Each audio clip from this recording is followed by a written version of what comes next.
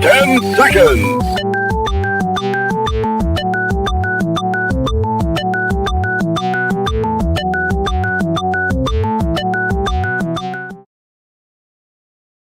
Now comes the part where we throw our heads back and laugh. Ready? Ready!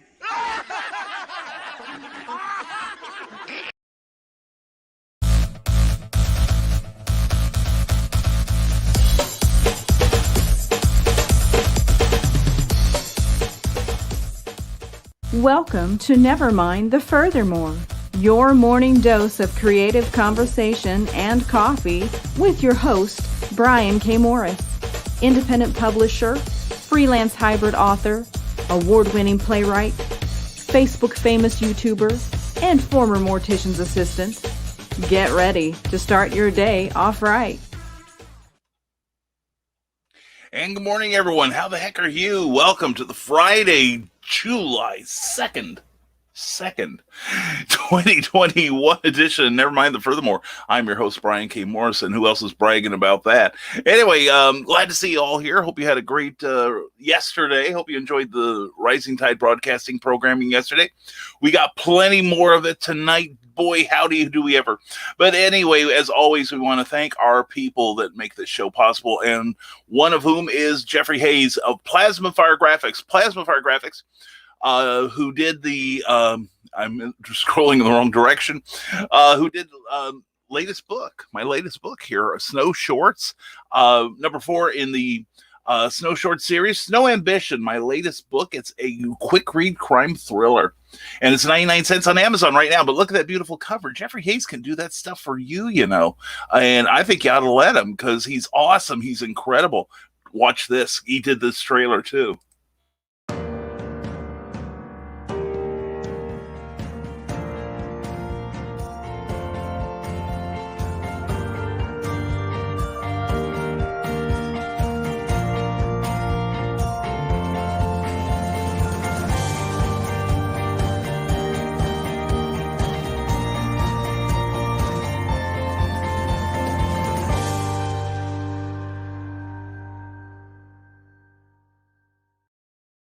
Plasma Fire Graphics, when the look of your book matters too. It matters to your readers. That's what turns them into just casual lookers, into your customers and your fans. So if you need wraparound book covers, comic book covers, or you need graphics to help sell these products, or great trailers like the one you just saw, contact Jeffrey Hayes at Plasma Fire Graphics. Plasma Fire Graphics, when the look of your book matters to you. And we also want to thank our Patreon subscribers. Patreon is a monthly subscription service where you can directly support your favorite creators. And check out these wonderful people. Just for $1 a month, you get your name shown on our broadcast. Holy cats, is that immortality or not? And also for a little bit more, you can read works in progress. $1 a month gets my weekly Every Blog Deserves a Name, plus little surprises every now and then, and all kinds of cool things. So please check out our offerings at www.patreon.com/Brian K. Morris. And also pay attention to the Rising Tide Broadcast Network. We've got a Facebook page. Please subscribe to that. You'll find many of our broadcasts on there. Check them out. You can start your morning with Michaela Jade's Inspirations, and then tonight we've got an all-star lineup tonight. Check out at 6 p.m. Drinking with the Davies. They're going to teach you how to mix a mint mojito. Holy cats, does that sound good or what? I could use one right now, in fact. And then after that will be Michaela Jade again with Tidbits and Scribbles. Always interesting, always telling you how to up your game, how to rise up the ladder of success in your publishing field, because she's doing it, and you ought to follow her example. She inspires me every time she broadcasts. She really does. Also, following that, Nick Tockard will have his weekly show, The Historical Fencing Guild, on that same YouTube channel. Please check it out. It is a lively discussion of combat. It's great reference if you're an artist or a writer. And plus, he is just so dang fun to watch. You will be relentlessly entertained. It will be great. So anyway, thank you for everyone who's tuned in this morning. Don't forget, folks, as always, if you enjoy any part of the show, to please give us a reaction on Facebook. Give us a like, give us a love, mock me with your laughter, do what you will. And also, please give a like to the page you're watching as a thank you for hosting us. Also, if you're watching us on YouTube, please, I'm still getting used to that, saying I'm on YouTube. Please be sure to react to us, give us a thumbs up, and please, if you haven't already, please subscribe. We've got 520 people that are subscribing to this channel, and we hope we give you the proper benefit of entertainment and maybe learn us a little something or two. But please be sure to give us a thumbs up and share us wherever you can, and let the people know, not just that you're hanging with me, God knows, but that you're hanging out with some cool kids like Donna, Carleen, Joe Dog, late at 8 a.m. Well, 8 a.m. Central. And are we filling up the comments here on YouTube before the Facebook rabble arrive? That's Carl Witzman. I mean, good morning, everyone. And well, it's gone. What's gone? I'm sorry. And back to the cereal box at 9:48 goes you guys. Sunday, they are estimating over 400,000 people will be down in downtown Nashville for the 4th of July concert and celebration. It'll be the biggest event in the history of Nashville. Well, Peoples is getting out this weekend. We've those of us who have done our part, we deserve a celebration. Do you not believe? Speaking of celebrating, please join us 1 week from today. There will not be a Nevermind the Furthermore 1 week from today, because we'll be on the road. We're heading to Louisville. We say it like the natives, Louisville, Kentucky. And we're going to be at the Imaginarium. That's going to be the 9th, 10th, and 11th. I will be there all 3 days. And I've got a couple of programming things that I will post this week. I will be doing some live broadcasting, and we'll be on 3 other panels that weekend, learning and doing all and sharing the information we've got. And it's going to be a great, great affair. Go to entertheimaginarium.com for more details, and you can pick up your tickets there. If you are a screenwriter, if you are a novelist, if you are a short story writer, if you write erotica or war stories or police procedural, or you play games or whatever, if you've got something creative going, the Imaginarium is the place for you. So please check it out. Also, not only will I be there having a table, we've got some great people like Kathy and Matt Jackson will be there. Brian Rodman, my partner on Comic Book Spectrum, one of my partners on Comic Book Spectrum. Hope you caught last night's episode. It was a lot of fun. And all kinds of really cool people. So please, Rebecca Westerman will be there. A whole lot of my friends will be there. I'm, really happy to be returning to Louisville and having some fun at the Imaginarium. Like I said, I will be doing some panels. I'll be doing some broadcasting from down there. So please check the Imaginarium schedule for times and places. So anyway, have fun, John. Have fun. And also check out Back of the Cereal Box tomorrow morning, every Saturday at 9 a.m. Eastern time, because it's awesome. And one of the biggest fireworks celebration in the entire nation, because in Nashville, we have a little thing we call freedom. Was that where it went? Oh, holy cats, man. I was looking for it just last week. I turned up all the corners on the rug, and it wasn't there. Good Lord. Anyway, thanks for the warning, Back of the Cereal Box. I don't like either people or fireworks. I'll avoid that. That's right. For the antisocial people, we'll be in Lafayette and Danville, Illinois. And thanks to freedom, I can say that. And I'm right with you, Carl. Me too. I mean, Cookie and I may go out tomorrow night after sundown and drive around and watch other places have fireworks, not necessarily our own neighborhood, because it sounds like an artillery test down here on the 4th. And unfortunately, we have a number of animals here, like dogs. Dogs hate the 4th of July. They are actively giving information to Al Qaeda to bring us down. And also, other enemies, they're trying to get Britain to take us back. They're stealing all the Publishers Clearinghouse envelopes from our mailboxes. I'm telling you, the dogs are in it for us. I'm telling you. And I don't blame them, because because in all seriousness, this is scary for them. They don't know what it is. We may find it just annoying, but they find it terrifying. And I'm on nextdoor.com, which I recommend to everyone. It is a way to keep up on events in your neighborhood. Like if we have somebody shady running around, they say he wears a fez and a bow tie, I can find out. I haven't seen that SOB yet, but I'm looking for him. But anyway, it's not a good time for your pets. So be mindful if you are, if you have fireworks in your neighborhood. Now, otherwise, go to someplace and watch some professional pyrotechnicians put on a show. Now, that's fun. That is fun. And good morning, Brian and Furthermorians. Everyone have an awesome 4th of July weekend. Watch Teresa done good show yesterday, by the way. Please go to Teresa's Facebook profile page. She had a terrific interview with a friend of hers who is a kind of like an activist for younger people. Anyway, it was a great interview. I'm sorry I forgot her name. Please include it if you would, Teresa. And sorry I didn't get to talk to you much yesterday. It was a busy day. My buddy David E. Laker came over, and we went over. We had fun. He went to Geek Street we went to Geek Street in Kokomo, Indiana. We checked out the bookstore there. Of course, we had to say hello to Sean Hilton. Check out Comics Cubed in Kokomo on Facebook. And also please check out his broadcast Saturday night at 6 p.m. where he sells you all kinds of cool stuff, and he can ship it to you too at a reasonable price. So please, watch that show. I tend to check it out. Like I need more comics. And I forgot to bring it upstairs with me, but Dave brought me another Doc Savage pulp. I have 2 of them now, only another 178 to go. This is completing that collection's not on my bucket list. I have more realistic aspirations, but no, it was a terrific day. The 2 of us just hanging out together. 2 wild guys on the loose with our debit cards, and we just had a wonderful time, as we always do. Dave and I have known each other since college, and we have, never stopped being friends. And just one of the greatest people on earth he is. And he got rid of some toys.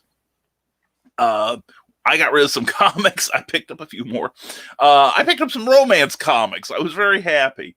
I have developed a fondness for romance comics, old romance comics, and I'm every time I get one at a reasonable price, I snag it. So yesterday was a good day for Brian. So anyway, had a great time. We had lunch together, then came home and did Comic Book Spectrum, and we had a great time. Brian and Eric and Clyde and I talked about some good things, got some really cool comics discussed. I'm like, dang, I'm spending my money again in the comics shop, and I need this stuff. And then Cookie and I went out and had dinner of our own. So it was a tiring but a very good day. And today we'll be back to the drudgery of real life. But anyway, good morning all from Ted Davies Artistry. Good morning to you, my friend Ted. And we're looking forward to a great show with you and Chrissy tonight on Drinking with the Davies, and I will get to that project today, I promise. And great thumbnail, the episode of this show, Demon Eye Brian. Yeah. I believe I have Carl Witzman to thank for that. He is my graphics genius. Back in the Sarah Box. Happy Fireworks Friday weekend. Same to you, John. JohnPica.com. Please check him out. And Grant Lanker. Good morning, fellas. Good morning to you, sir. How are you today? And Ted Davies Artistry. See you tonight to start off my vacation and the July 4th weekend. Mint Mojito is on Drinking with the Davies with Chris and Ted in that order.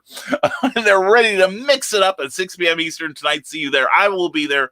I am looking forward to it as always. And yes, it's showtime. Yes. And don't forget, folks, please leave me some reactions on Facebook and on YouTube because it helps my algorithms.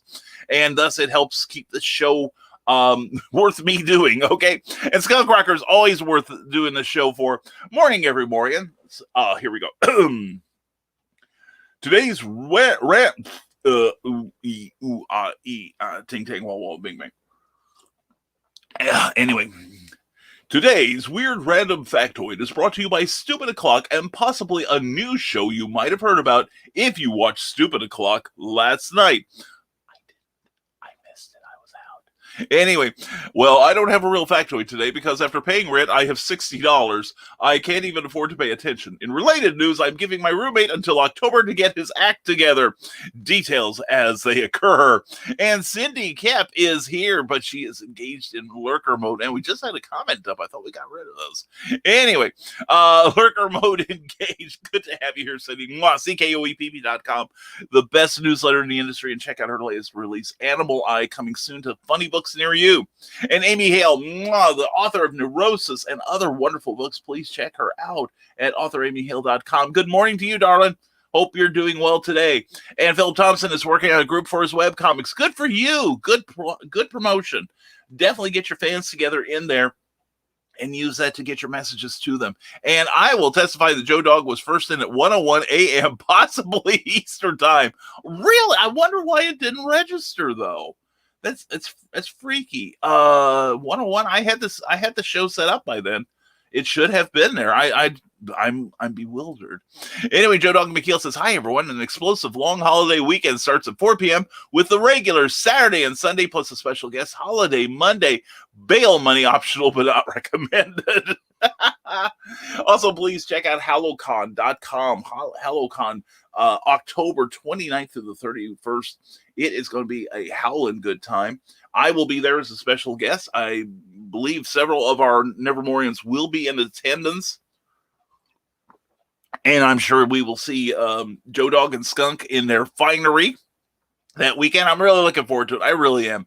And TGIF to the Fuzzy Frazzle Fezman and all of the Freaky Friday Morians from the artwork of Bill Sarton on Facebook. Count your blessings and share them freely. I got plenty. I'm willing to give them out. And Grant Lankard on YouTube says, Beowulf ended right below the first stretch goal, so I guess I should be happy, except that I already bought the trading cards I was going to give away. I guess I'll save them for issue number 3. See, you've got that already planned, man. It's not a bad thing to be prepared for your next one. You know what I'm saying? And hashtag bring cookie home. Hey, thank you very much, Bill Sarn. Appreciate that. And there he is, one of my partners in crime from last night, Mr. Brian Rodman, also going to be at Imaginarium. Good morning, my fellow Brian and Nevermorians. It's the 4th of July weekend. You know what that means? It's time to start getting excited about Halloween. That's right. Halloween is the light at the end of my hot and sticky asthmatic summer. Until we got to those last 2 words, I was starting to get nervous. Speaking of hot and sticky, we had an absolute blast last night on the comic book spectrum. If you miss it, a pox upon your family, and may God have mercy on you. Yeah, we did have a good time, as always. Always, we're always laughing on that show, having a great time, learning more about comics and teaching what we know. And I have to say, last night, fortunately today the temperature in Lafayette's dropped about 20 degrees. Thank God for that. But I had I've been having a fan up here. The AC doesn't quite get into this room. We are at the tippy top of the mansion here, and I usually have a little fan blowing air on me to keep me moderately cool. Well, as you know, the other day from the day I was sticking a knife into the motor to try to see what I could do to repair it, repair scissors rather, I burned out a fan. I guess it's that hot, but we didn't have any sort of air up here last night, so that's why I went through 2 glasses of ice water. I still didn't have to pee at the end of it. I wonder what happened. Anyway, today we're looking forward to much nicer temperatures. Broadcast CBS tonight because it's going to be really nice weather today. But anyway, I'll be glad when you can breathe more safely, Brian. I do worry. We're saving your asthma attacks for our show. Anyway, Chris Walker, Stephen and Holly are great people. They are. Daniel, everybody involved in that, the Imaginarium. It's a wonderfully run convention. And the nice thing is, I'm not saying I know everything. If I did, I'd be lying. But I go to the Imaginarium and I pick up so much great information. And if nothing else, it's one of those shows that I come back as a creator just recharged and ready to go back to the typewriter and do what I can to keep pace with everyone. So, I fully agree. Chris, hope to see you down there. And your soul. See, we got that out. Anyway, Grant Lankard, this morning I was making lox bagels and I got the fork stuck in the capers jar. I was trying to force the fork out when the glass just shattered. I was going to eat the bagel anyway, but I found a shard of glass in the cream cheese. So I threw it out. Very wise, young man. Very wise. Glass is not a good thing to put in your diet. I'm cringing at the very thought of you possibly eating it. I'm glad you caught that. So you've got to have a better morning. But congratulations on Beowulf. Seriously. I'm just going to have to buy a copy from you. I am such a sucky friend. No, this has been a rather hectic week. I've had a couple of editing jobs come in and had to take care of those. And plus, yesterday was recuperation day, so I thought I had another 24 hours on it. I'm sorry, Grant. But anyway, we'll talk about it. That we'll promote it. We will do our part to get you through this. And when does a good joke, asked Joe Dog McKeel, become a bad joke? When it becomes apparent. Oh, I lived in a community where there were many bad jokes. Anyway, Grant Lankert, I guess I was one of the annoying people that Angie complains about because I ran to the grocery store right away as they were opening. I finally got my lox bagel. Angie took hers to work with her. Well, at least you're a good husband and you got her one as well. Now, if you just bought one for yourself, whatever she did to you, you fully would deserve. We get neighborhood updates on our Ring doorbell. There we go, Donna. That is a very, very good investment.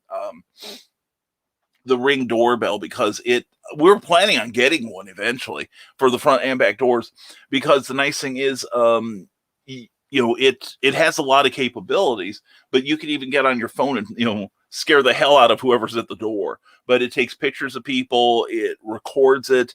It's almost like wearing a police body cam, except your house is wearing it. It's got a lot of great benefits. Plus, I don't like our doorbell. That's the one thing. It sounds like it sounds like we got the question wrong on a 50s game show. But no, I would love to get a Ring one day. And something that's going around, and a lot of people think it's, oh my God, it's Big Brother spying on us all. But they've actually got I think is it Ring that has a plan that and I don't understand the science. Just kind of, okay, it sounds right. It could be pseudoscience, but the Rings also broadcast on a frequency that will actually provide a little bit of Wi-Fi for other people. And this is one of the things, if it's all coming out of my Wi-Fi, I'm going to be a little annoyed. But if it's all of us, then it's fine. We're all sharing. We should all give something to the world. And Wi-Fi is pretty important these days. Brian Rodman says, our neighborhood is insane on the 4th with fireworks. Our cats have a really hard time with fireworks as well. So we'll be staying inside at night this weekend, comforting the fur babies. Oh, give them some love from me, my friend. This year has not been as bad as other years. I think I know why. We had somebody leave the area due to a tragedy, unfortunately. But I'm noticing it's a lot quieter. I know they weren't the only ones, or maybe everyone else is like, okay, maybe we should save the fireworks for the 4th of July. But when we moved in here about 5 years ago into this neighborhood, we had it sounded like target practice here. It really did. We had fireworks going off within the state limits. In Indiana, you can legally shoot off fireworks something like starting at the end of May, actually, and going for about a week and a half into July. And we also have one of those tents that sell fireworks that the minute it goes up, everyone in the neighborhood is going, oh, crap. Except for the idiots who, I got $200. Let me get $200 worth of noisy things. So it's not a fun time. Fortunately, we have enough stuff making noise in the house that it doesn't bother us. And plus, we're keeping later hours. So we've got the headphones on. And while the artillery's going off, and they've probably got out of their system by the time they go to bed. Now, the 4th will be nuts. The 4th will be insane. But we're probably going to be driving around, so that'll be fine. But anyway, much love to you and your little kitties, buddy. And please keep them safe. And keep Jessica Johnson safe, because she's got a huge, huge event happening on July 17th, the Heroes for Kids Con at 800 City Park Drive in Perryville, Missouri. It's going to be a great affair. In fact, watch last Tuesday's Clever Title Pending. We had Jessica and Lonnie Johnson along Dennis Manning of Heroes for Kids, and they were explaining what Heroes for Kids is about. And we were talking about the convention. It's a lot of fun, and we hope you'll attend. We are putting together a writing panel for the event, and it's going to be a good time. It really is. And good Friday morning to you, darling. Mwah! Hope you and Lonnie and everyone are doing great. And check out, there it is, Heroes for Kids, Perryville, Missouri. They do great work at conventions. They not only sell a line of pop culture collectibles, usually one of a kind, and the proceeds go to charities, various charities, both local and national, mostly dealing with children, which is really cool. In fact, the Heroes for Kids convention, the monies raised there will be going towards a donation to St. Jude Children's Hospital and Missouri's National Veterans Memorial in Perryville, Missouri. It's going to be a good time. And Artwork of Bill Siren on Facebook says, don't come to Danville if you are antisocial and hate fireworks. Why do you think I left? Anyway, Danville Boat Club and Turtle Run Golf Course will both be having their fireworks display, and if you go to the east end of Danville, you may very well be part of a less enjoyable fireworks display. I don't even go to the east end of Danville during the day. I went down Fairchild. This was about 3 or 4 years ago. I happened to be in town, and I thought, I've lived here how long? Half a century in this area, and I've never gone all the way down East Fairchild, and I know it's not the best section of town. I went through down there, and I'm like, okay, the first south road that heads south, I am going on it because this trip is headed south. It was let's just say it is an area that is economically disadvantaged, and your best and brightest have long fled the area. And when you're seeing people walking the streets packing, you're going to want to leave. I did. Anyway, when everyone's looking at you like, what are you doing here?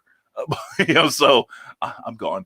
So anyway, Teresa Dunn says, today at 5 p.m. Central, 6 p.m. Eastern, come watch me interview Pops Van Zandt. Going to be fun. Oh my God. Pops and Teresa together. It's going to be lively. Teresa, he's going to steal that show from you. You're going to wonder where it went. It's going to be a lot of fun. We love Pops Van Zandt. Please check out his page on YouTube. 2 pages, actually. The Comics Madness of Pops Van Zandt and Comics Talk with Pops Van Zandt, and be looking forward to the 30th, or excuse me, the July 31st and August 1st of this month, I believe it is, will be the next CromCon from Pops Van Zandt. So please check it out, and also check out Comics Heroes for Kids Comic-Con on Facebook.com. Please check it out. We talked about it on non-comic spectrum, but Clever Title Pending last Tuesday, and we hope you'll go back and watch that show. It was a lot of fun. And Grant, it's always good to have a glass shard free breakfast. Yeah. And Michaela Jade, hey there, friends. Mwah, Michaela, how are you, darling? Hope you're doing well. Check out Michaela's morning inspiration shows. I get a lot from them. I got to catch up with the last couple days. And also check her out tonight on Tidbits and Scribbles at 7 p.m. Eastern, 6 p.m. Central Time. And it made my evening go a lot easier last night, knowing you were watching us from the bathtub. And Grant Lacker says, somebody invited me to go intertubing as opposed to YouTubing on July 4th. I don't know how I feel about it. Accept the gracious offer for what it is. Now, if they offer to tie you into that inner tube, then that could be it. And say, hey, we're going down the Rockies here, or Death's Head water trail. Then you might be a little concerned.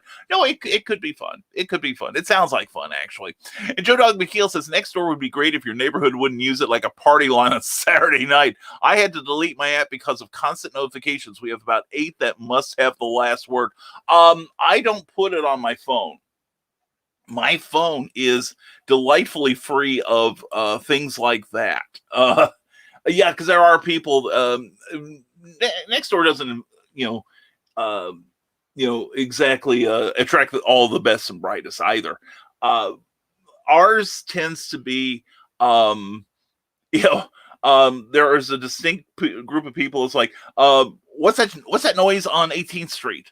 Or why did that policeman drive by that red car at 3:20 last night? Or and then there's some people who's like, well, there was a mugging in Campus Town. Why weren't the police there 10 minutes before it happened? This isn't Minority Report, people. And a lot of this, there are some people on there that are rational, lovely people, and then there are the others. But anyway, I did that graphic? I don't recall, although it does look like something I would do. Yes, there we go. So I believe it was you.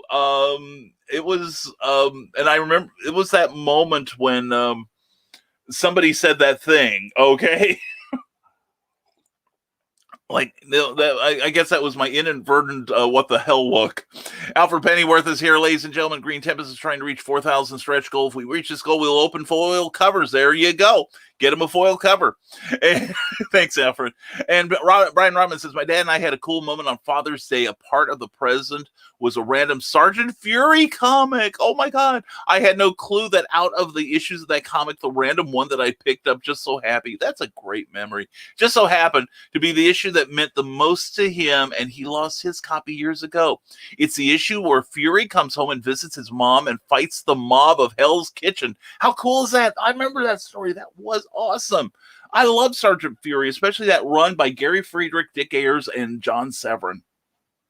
It was Bill Sergeant Fury and his Howling Commandos, for those of you who don't know, was a war title that Marvel published through the early 60s up till about the mid 70s. And it starred Nick Fury, who we all know now. And it took place in World War II. What happened was the Fantastic Four was a hit. The Spider-Man was a hit. They were gaining traction for Iron Man and Thor and Ant-Man and Giant Man in their own respective magazines. And Stan Lee was talking to his publisher, Martin Goodman, one day and said, we are on fire right now, Martin. I bet I could put out a comic with the stupidest title ever and it would sell. And Martin goes, no, you couldn't. I don't believe it. And so Stan got together with Jack Kirby, and also the Avengers and the X-Men were going at this time. And Stan said, I got this stupid idea for a comic, Sergeant Fury and his Howling Commandos. And it was a diverse group of people. You had, like a guy from the South. You had a guy who's loosely based on Dean Martin. So you had an Italian, you had an African-American, you had a guy from Britain. Eventually you had a German defector in the group. You just had a wide spectrum of people on this fighting team. But they were very human stories, and it was billed as the war comic for people who hate war comics. It was a brilliant, brilliant book. So yeah, that's touching, Brian. That is really cool. And Skunkrocker says, StreamYard only includes comments in the first hour before the show on YouTube. I discovered this through experimentation over several Furthermores. Oh, I didn't realize that, Skunk. Okay, that's interesting to know. That's where I think they may have done something then, because I think I have had people like a couple of hours before the show be able to leave comments. That's weird. One thing I've noticed, I do have StreamYard always on my broadcast computer and also on my other laptop that I use for writing. And usually I set up the show on the writing computer, then come up here, refresh the screen, and then it's here waiting for me for the next broadcast.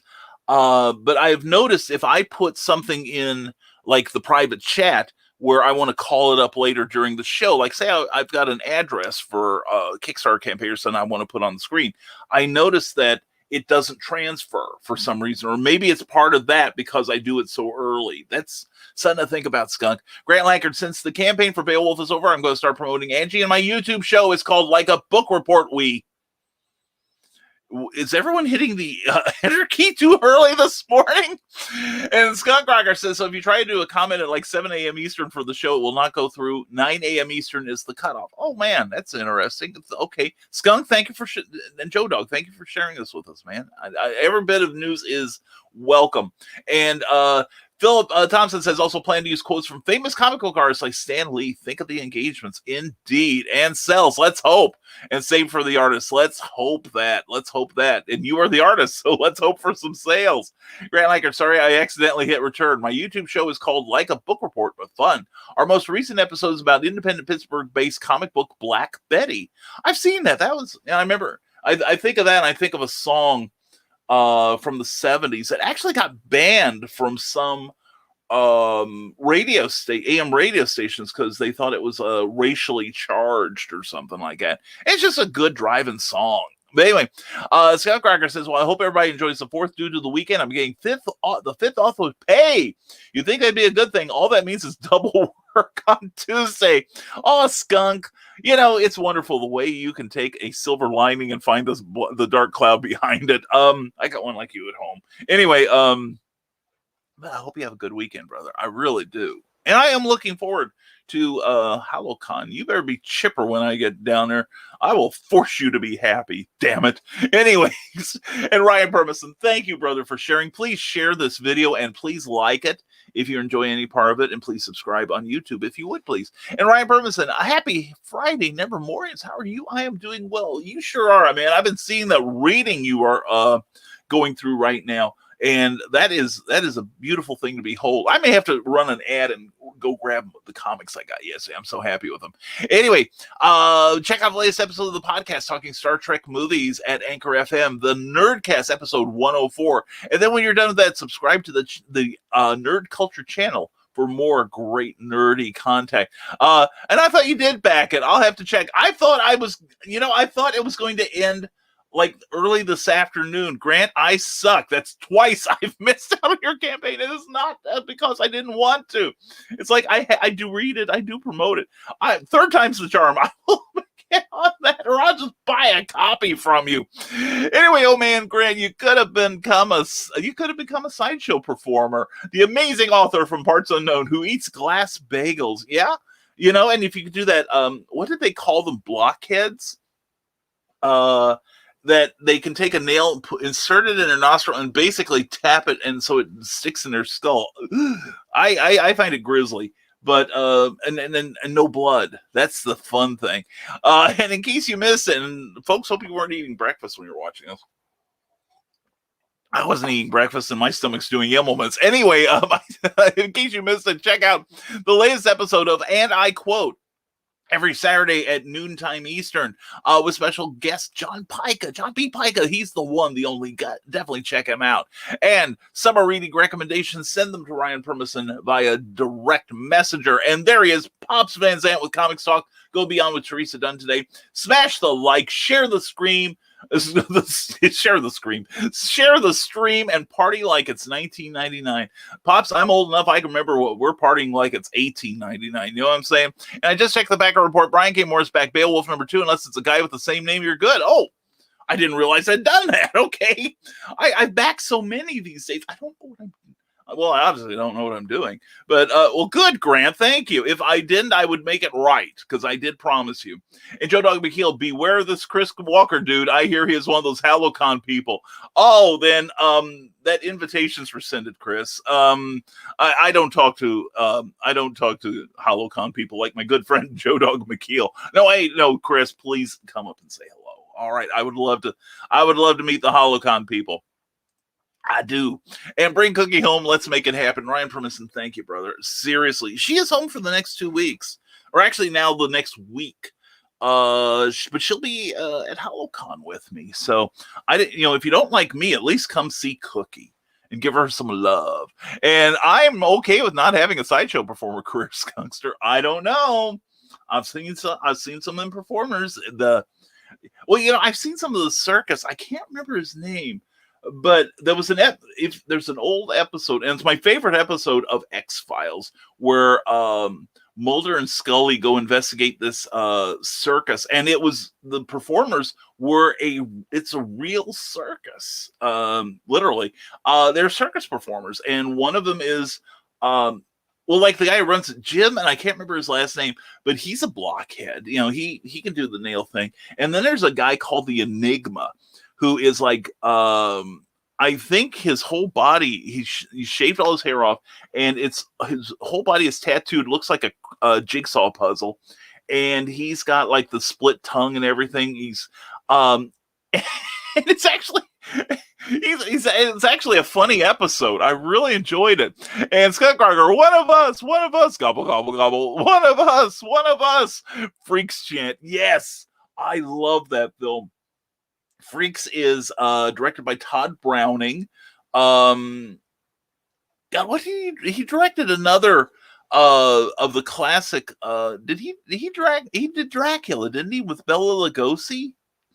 But anyway, he directed that, and then he made this movie about a woman who gets involved with a carnival freak show act. And it was way creepier than people of the time could handle. You got to remember that now we treat Frankenstein. I can't reach Frank here, but we treat Frankenstein like he's warm and cuddly now. But people back in the 30s weren't used to that stuff. We are much more desensitized than they were. And there were some theaters that were said to have had that they had to call in medical people because people were fainting at the first sight of Boris Karloff and the classic makeup. So yeah, I love that movie, freaks. I really do. You could probably find it on YouTube. And Joe Dog McKill, yep, I should have listened. Then again, if I did, it would have been a first. Here, you and me both. And greetings to you, Brian Hawkins. How are you doing? Thank you for being at Comic Book Spectrum. We appreciate your participation. Brian Rodman says, next weekend I'll be at 2 panels at Imaginarium, writing and illustrating comics. I think I may be on that one. And a creative mind. If you want to get a peek inside my mind to see how it works, you poor soul, join us next. Someone around here has to pick up the slack when Sarah can't make it. Thank you. And Sarah, and I skipped a comment there. I apologize. I was trying to find the rest of Brian's comment there.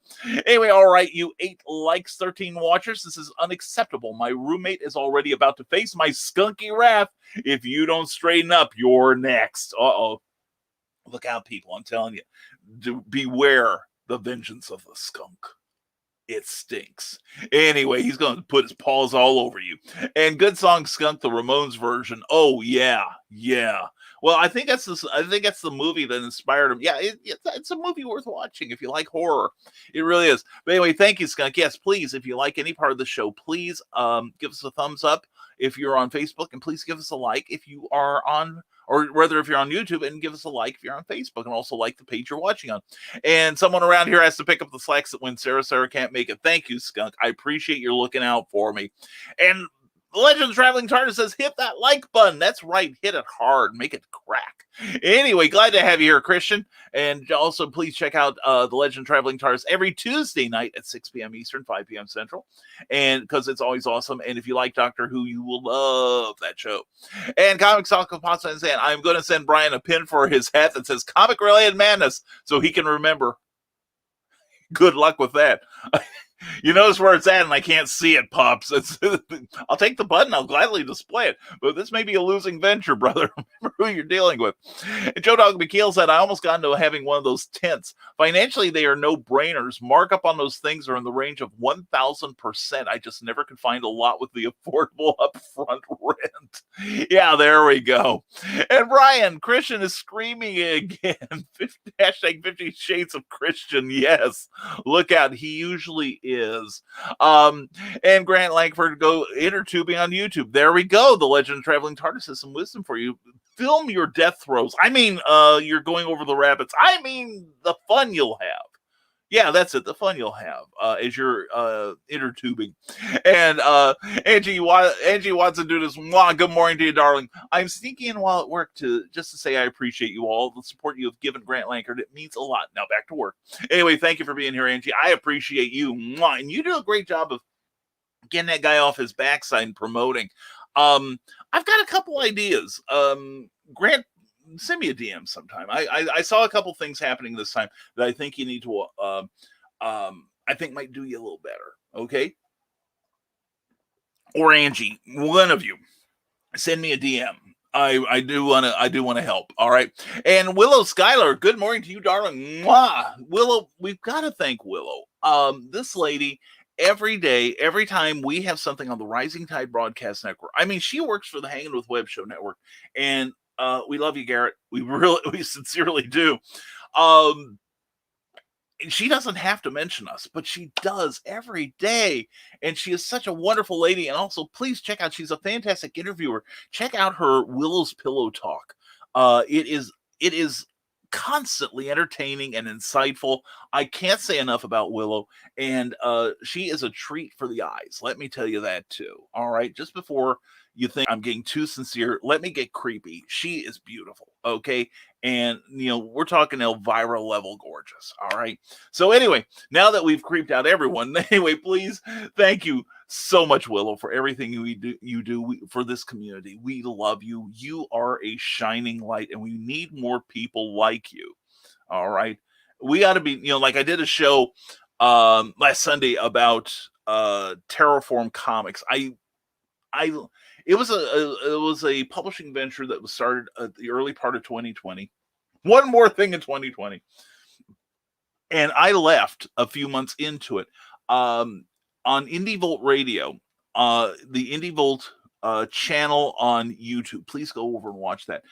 I think we've gotten over 150 views on that thing, which is pretty darn good. But we outline how and why it never succeeded. They only got like one comic book out. It was a trade paperback, not a comic, but all the things that were hamstringing it from the very first and who did it. It is not filled with invective. It is filled with facts and recollections. And it's just a kind of warning to be cautious who you do business with and signs to look for. Like there are narcissists in every industry who will try to latch onto your talent and leech from you. Whether you call them, leeches or psychic vampires or whatever, but they try to steal your mojo and don't care if they screw up your reputation in the process. And it's a long video. If you have to take it in bite-sized chunks, we understand. And if nothing else, you will get to see me remain quiet for over an hour on that show, I believe. Here's me most of the time. So anyway, but no, it's a very entertaining, very enlightening video. So please check it out on YouTube today. Anyway, Grant Lankard says, Christian, that might work. I think they're going to have a separate inner tube with a beer cooler in it. So that might be fun. That's the part I participate in. That is my inner tubing. That's I'm all over that one. And Brian Rodman says, next door is the place you go to give up on humanity. Brian Rodman, talk about paranoia incarnate. I quickly found out that every person in my neighborhood is terrified of everything outside their house. My neighborhood is not quite that bad. We have, and it hooks up with your affiliated neighborhoods, and we've got one that I don't know why we keep getting it. But it's like about a 5-minute drive from my house, and it's like they've got everything wrong going on there. But my neighborhood is pretty cool. I think I gained a fondness for next door. I got it when I lived on the south side when I first moved to Lafayette, and it was kind of nice. And it was nice because someone invited me who didn't know me, but just you can send out postcards to people and invite them. And my neighbor to one side is on next door, and then my late neighbor on the other side of my house was on there too, so I could keep tabs on them. Stalk and whatever you want to call it. But anyway, when I moved up here to the north side, I got my account switched over to this neighborhood, and the first thing I learned were all the crack. There was one crack house. That's useful information, people, because you don't want to go near there. But the thing is also, because the police also monitor next door, at least ours do. And in fact, they encourage people to get on it. It is a great resource. It really is. Even if some people evidently don't have even room temperature level IQs, but there's a lot of good things that happen in our neighborhood because of it. And the crack house I mentioned, because people were outing them, they were out about 3 months later. There was another house that was having a lot of parties, and a lot of people who would stay for like about 5 minutes and then drive off. That's called a clue. That was outed too, and they were eventually the police. The police started visiting them a lot. And the last thing a lot of these 5-minute drive-through people don't want is to have your plates run. Because chances are you've done something evil and you've got a warrant out against you. But anyway, it's been a godsend here in this neighborhood. It has really helped us a lot. And so I'm, and yeah, I have mine on Daily Digest so that I can look, okay, he's bitching about the police again. This one is talking about their dogs being scared by fireworks. Okay, that's useful.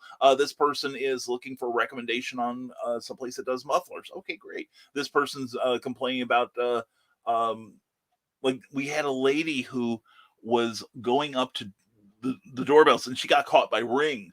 But she would go up and she would ring doorbells like at 2 a.m, then stand there and wait for people to come out, which was creepy AF. So it does some good. I don't stay away because we do have some people, but I do have my male preferences on there so that like I don't get something like every time somebody posts that make me nuts. And Grant, on a slow, lazy river, it is the most calming thing you can do. Yeah, I could see that. I had some friends with pools and we would get those inner tubes. They had big pools and we just lie in those things, get sunburned as hell and just chill out. It's a great way to relax. It really is. And good morning to Adrian Johnson. Good to see you. Thank you for subscribing to our YouTube channel. I do genuinely appreciate that. And Brian Rodman, YouTube cuts off the comments a lot sooner than Facebook. Some of us are struggling. I know. Okay, that might be a YouTube thing there. I know that, YouTube has a 200 character limit, which is good for me because then I can get through more comments faster. And Keisha Acuff, hello from the hospital, beautiful people. Oh, sweetheart, I hope you're not in for anything. I hope you're just visiting someone. Sweetheart, wow, we love you, Keisha. And we got to talk about getting you on the network. We really do because you're awesome. In the comic book, the sound effect on Black Betty's guy goes bam balam. Oh my God, that's beautiful. It's the song. Oh, Black Betty, bam, lamb. Oh, Black Betty. Yes. And Angie asked the writer if it was a reference to the song, and he said yes. Oh, my gosh. I love this book already. And Sideshow Geeks, thank you, the real John B. Pica. Yes. Jim Rose. That was the name of the guy, the Jim Rose Circus. And I think it's still going. But yeah, it's a great. I saw some specials with them. I saw some guest shots with them. A great episode of X-Files. Great performers, really they are. And don't make promises about doing something like that at HoloCon, Brian. I will hold you to it. Please do, big boy. Please do. And the real John B. Pica, Big Daddy Cool used to do a lot of geek magic. There's not enough geek magic, John. I personally like that sort of thing. Not some of the, geekeries with chickens and all, but, unless they're rubber, but yeah, that's, I didn't know that, John. That's interesting. And forced happiness sounds like something Jimmy Carr would say as innuendos, a skunk rocker. That's true.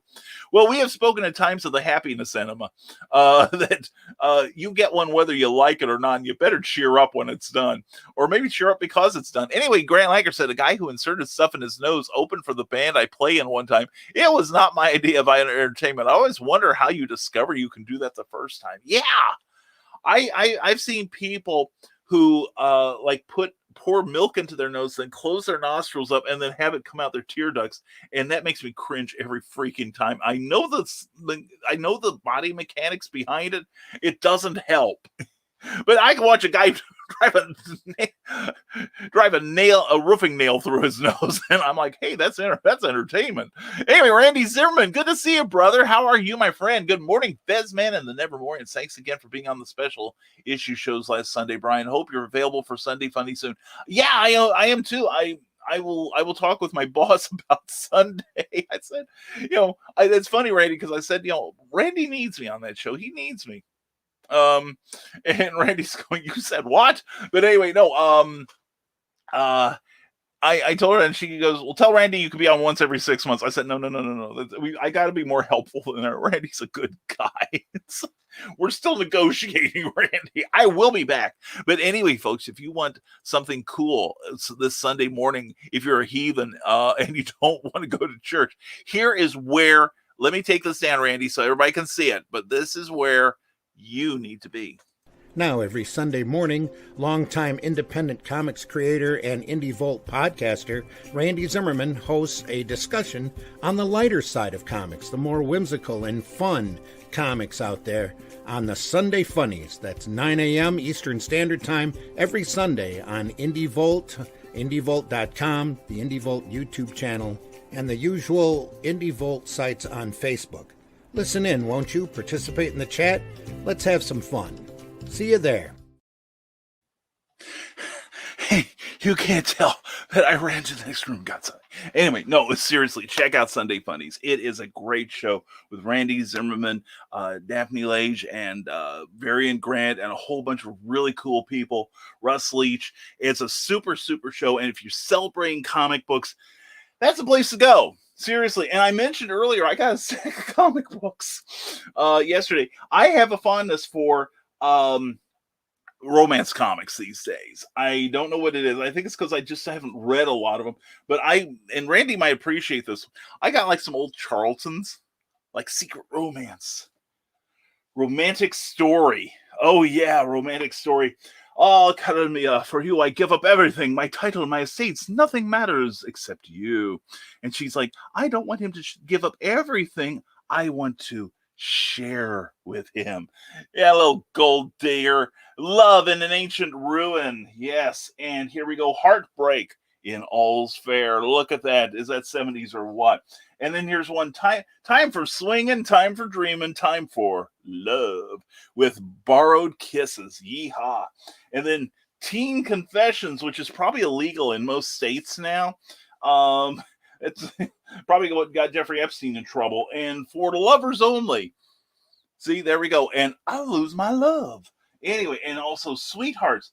Till Derek came along, I never heard of a rock festival. I tried to change because I love him so, but I'm still from another world. Randy, I may have to pitch a romance comic to Arrow 4.0. And then we have career girl romances, which you can read whatever you want into that. That's pretty decent art there. And that's the thing. A lot of these books had some really terrific art. Is this the one? Yeah, this one here. Randy, you'll dig this. Secret Hearts from DC Comics, 1970. Dick Giordano edited. One of the first pages by Gray Morrow, and one of the stories is drawn by Rick Estrada, who I always like. But yeah, look at that kind of drawing. That's by Gray Morrow, people. If you don't say Gray Morrow, you don't know what's going on. And then Girls Romances. I read it anyway. And folks, I love you.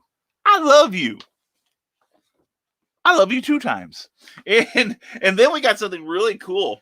And I think Randy will appreciate a couple of 100-page super spectaculars. Young Love, edited by Joe Simon, the guy who co-created Captain America.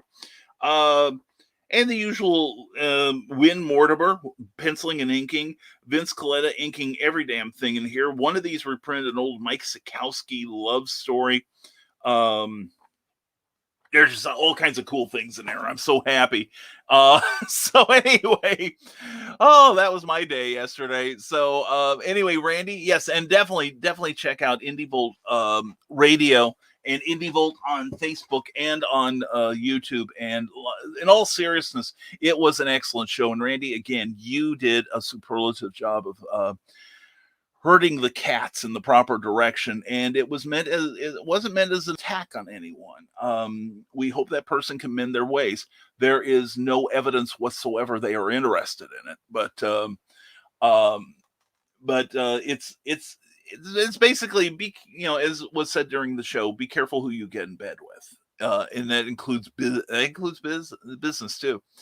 And Donna Carlene, yay! Click it, HoloCon, yeah, she's planning on going. And if her job will let her do that, because the supply chain, etc.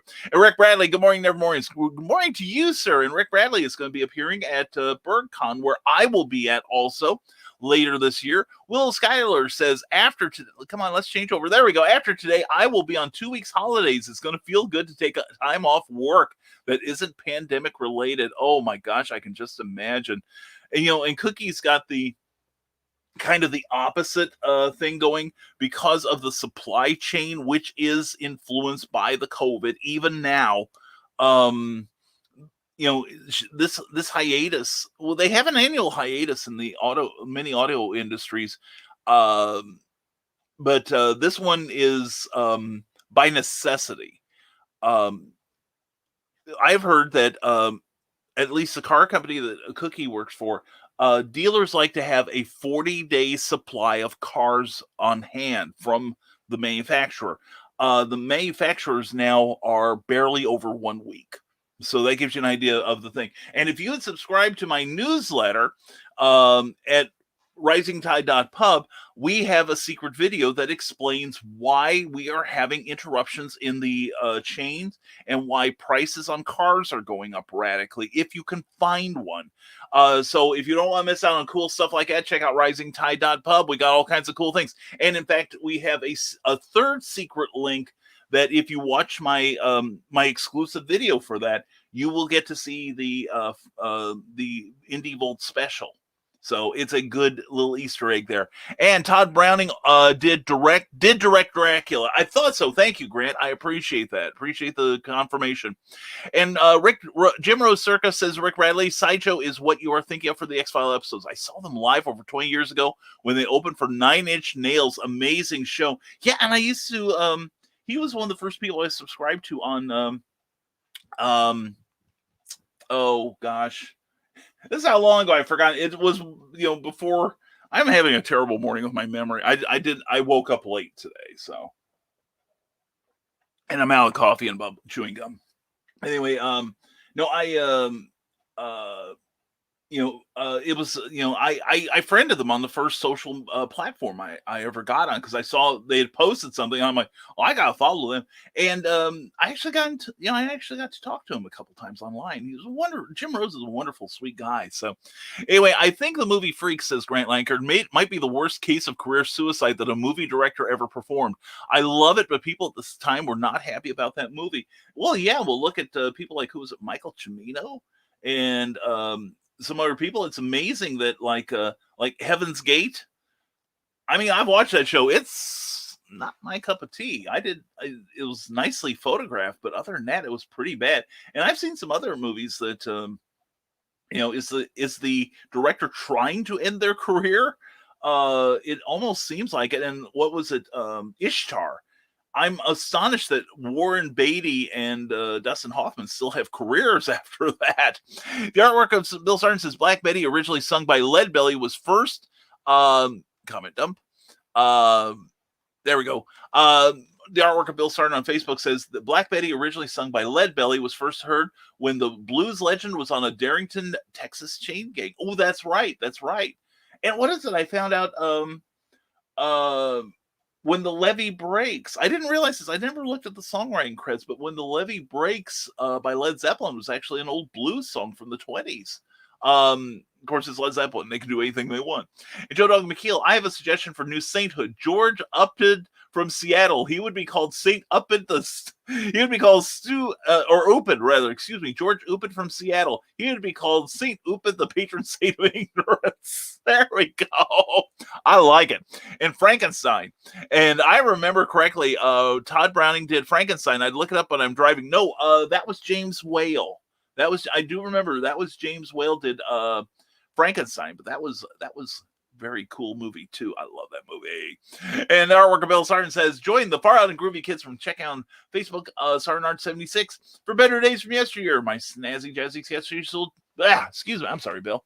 My snazzy jazzy sketches will tickle your innards and warm your heart. Plus, they're always available for purchase safe and securely through PayPal. So hit the follow button on the artwork of Bill Sargent, where everything old is new again. And someone please correct me if I'm wrong. Well, I think I did, but gently, I hope. No, I sometimes get a lot of those directors confused in that period too, Skunk. So I'm always, if I am wrong, please correct me.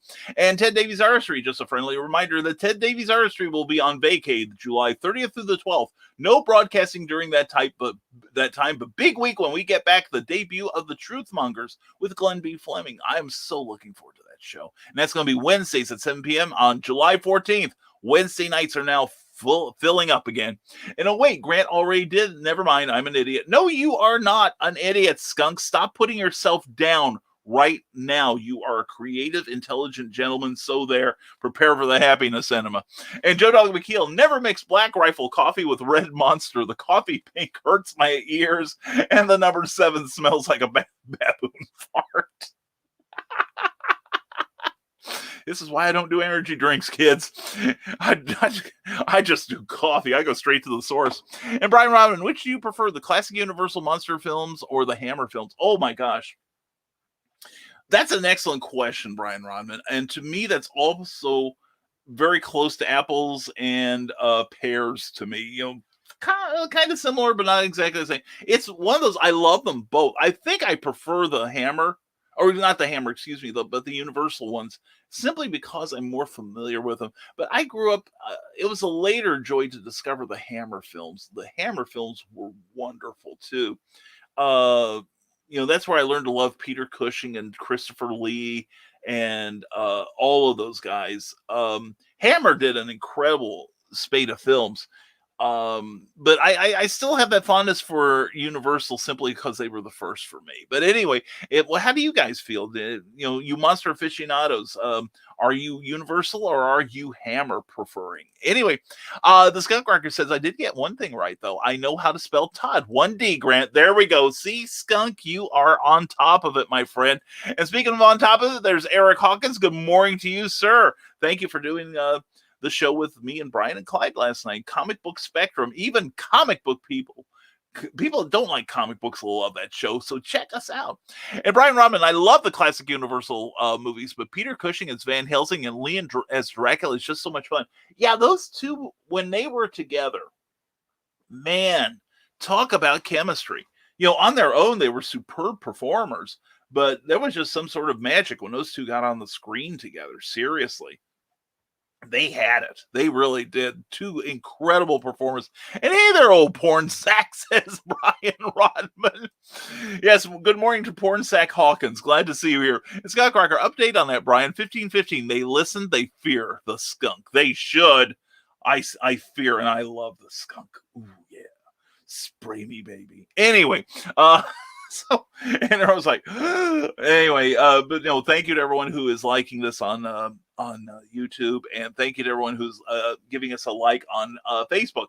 And let's give the thank you for the love. Willow, Angie, Ryan, Joe, Jessica, Bill, and Cindy. Love you guys right back. And thank you for the like from Pops, Chris, Andy, and Andy. Good to see you. And Randy, Andy, and Randy. That sounds like a 60s folk group, doesn't it? Anyway, thank you guys. I appreciate you all. I really do. And without Wikipediaing it, I think James Whale directed Frankenstein. I think so too. He was the subject of Gods and Monsters with Brendan Fraser. Yes. And back in the cereal box notes, after how you've been talking about that guy you haven't gotten thumbs down. I think I've only gotten one since then.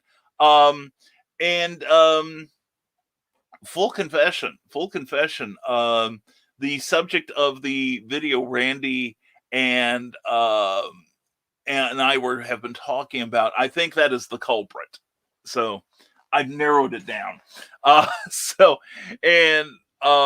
Because he's an idiot, he doesn't realize it's still engagement. It helps me.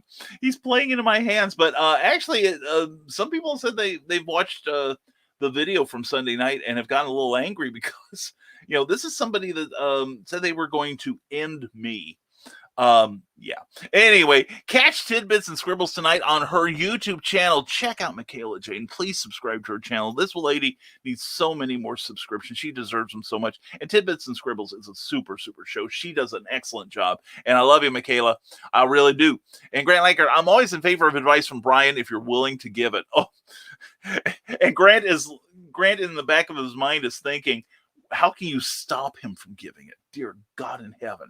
The man talks more about stuff he may not even know about. No, I'm always glad to give advice, Grant, in all seriousness. It's part of my rising tide that when I was rising, I had a number of people give me advice on publishing, on writing, and just generally how, and also in broadcasting, that I have taken to heart, and it has helped me so very much. And I feel the only way I can repay them properly is to pass on these bits of information to other people.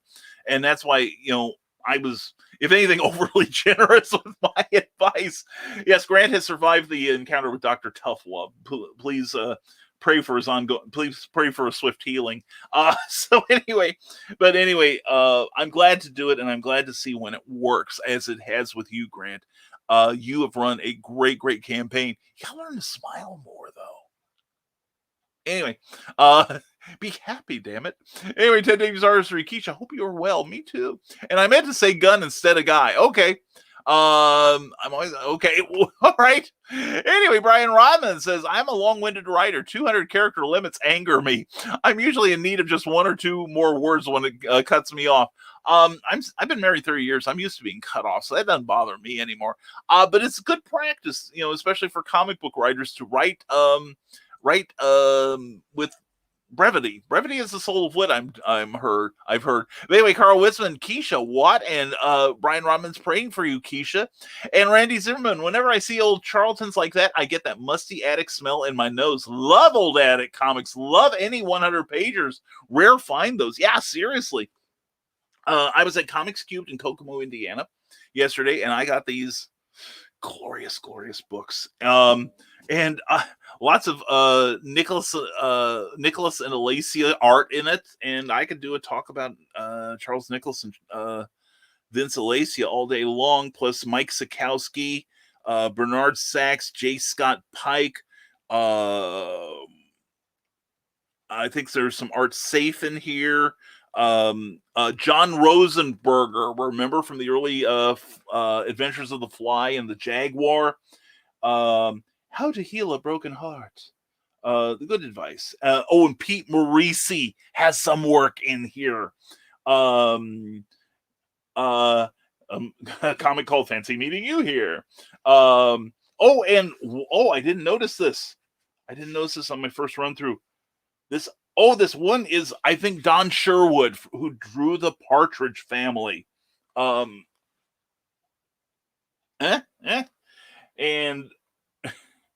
all kinds of cool stuff here. And just all kinds of great stuff. Oh, Fred Himes has a story in here. Randy, I hope I brought some smiles to your face, brother. But yeah, I do too. I'm especially interested in the Dick Giordano stuff from like 68 to 70, where he brought in some real interesting stuff, plus some later issues like Paul Kupperberg wrote a lot of love stories. I would love to pitch. I'd need some help finding artists. And we got to talk to somebody. I would do a love comic. I would write the hell out of a love comic for you, Randy. We will have to talk sometime.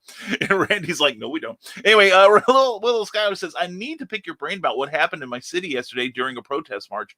It's regarding the mass graves found around residential school sites. Send me. I think I saw a little bit about that. Would you please send me a link in private, Willow? Now, the thing is, records, from a long time ago, sucked. In fact, we had some massive street repairs done in our campus town area, just off of the Purdue University campus in West Lafayette. I think it was 2 years ago, and they uncovered a railroad track they didn't know was there. This Lafayette used to be a hub of train activity. In fact, the theater I have performed at a few times when I moved over here has still part of the railroad track as part of, a thank you to our past.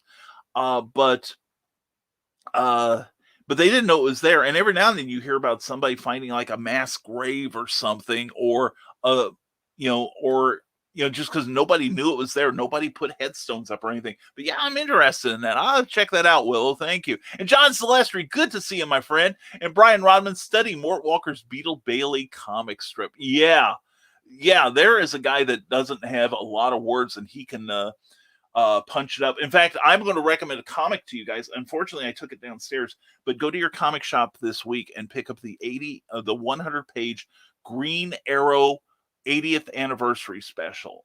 We reviewed it. I reviewed it last night on Comic Book Spectrum, and there is a writer, Denny O'Neil. He passed away not long ago, but he was probably one of the most influential writers in the history of comics, certainly in my lifetime. And he wrote everyone. He wrote a whole lot of people. He wrote Spider-Man, Daredevil, Superman, Batman, Wonder Woman, The Question. Created Ra's al Ghul in the League of Assassins, created Azrael, edited Batman for over 20 years. and his son wrote a beautiful story without words that chronicled his father's life, including his marriages, his breaking into comics, his alcoholism. Denny O'Neil was a recovering alcoholic. He also wrote a great Iron Man, a stretch of Iron Man dealing with that. An incredible writer, a superb human being, just a sweetheart. And it's one of those that Brian Rodman talks about comics that make him weep.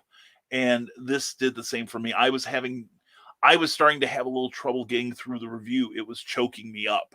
Just that last panel alone, where Denny is sitting in his hospital bed, and Green Arrow who Denny also revitalized in the 60s. Green Arrow is holding his hand, and he's surrounded by all the characters for DC he wrote.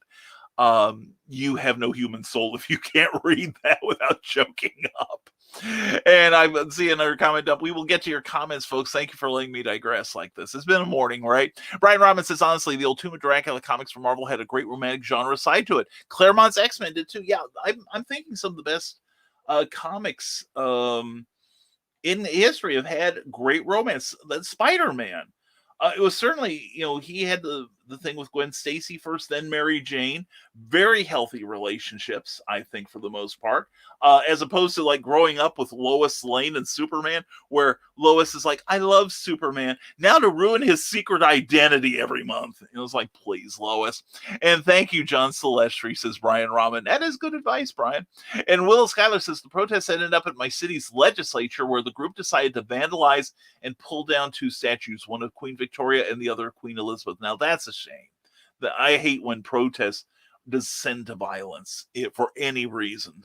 And Philip Thompson, you going to Indie PopCon this year? And do you know Billy West, voice of Doug, will be there? I heard he would be there, but no, I will not be going to Indie PopCon anytime in the immediate future. So, but have a good time. Seriously. Joe Dog McHale, sometimes I do things and my brain says, what? TF, dude? WTF. Oh, mine too. Yeah, or mine's about a half second after I do it. And it's like, you did what? That's why when I sign my emails, it's with an exclamation point, because that's how my mom used to pronounce my name, Brian. So now we got Cindy Kepler, her lurker mode, disengaged. Happy Friday. Mwah. Cindy, happy Friday to you. Hope your day is going well so far. And she goes, comic related madness. You got to check it out on YouTube. Pops Van Zandt gives you good comic content every time he lights up that camera. It's great. And today at 7 p.m. Central, the Historical Fencing Guild, 8 p.m. Eastern Time. Check out Nicholas Tockert every week. And even if you don't have interest in listening to combat techniques, listening to histories of bladed weaponry, just enjoy the glory that is Nick Tockert. He is a show unto himself. And me too, Joe Dog, says Michaela and Shade. Yeah, we're in good company here. We are. And Willow Schuyler says the marches happened in other cities across Canada and show no other groups vandalizing buildings or statues. I understand the anger from our First Nations people towards the church and government. South of you here, we don't have a good history with them either. In fact, where I live in central Indiana, we were part of a number of battles that with the Indians, like Tecumseh and all, where it was part of our country's Western expansion. And many pivotal wars went on here, many pivotal combats concerning what we call the War of 1812, where it was basically a rematch for the War of Independence.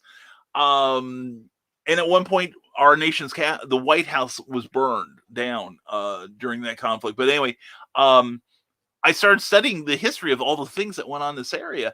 And I live about I'm about a 10-minute drive from one of the places where the man Tyler, the general who would later go on to become president, fought some very decisive battles against the Native Americans here. And after studying it, so I would tell my friends back in Illinois, I said, this is much, as far as history goes, we got this all over where I lived in Champaign, Illinois. But it's only great history if you're white and male. and preferably a property owner or in the military. It's not real good for the native indigenous folk here. So it's interesting. So anyway, Cindy Kep says in the Author Book Expo on July 10th to the 11th at Valley West Mall in West Des Moines, Iowa. Come on out and meet Jubilee. I saw that last night, Cindy. You look spectacular. You were. Oh man, I love your Jubilee. That was great. Please check out Cindy Kep. In fact, this show, the Indie Author Book Expo in West Des Moines at the Valley West Mall, beautiful, beautiful mall, was where I met Cindy about 2 years ago. I think it was 3 years ago. And she was dressed up as the Fourth Doctor. So check this lady out. She's also crazy talented. She will make you some amigurumi. There's one of me. In fact, I bet you could probably have her make one of these for you. So, you can have me clutched to your bosom at bedtime.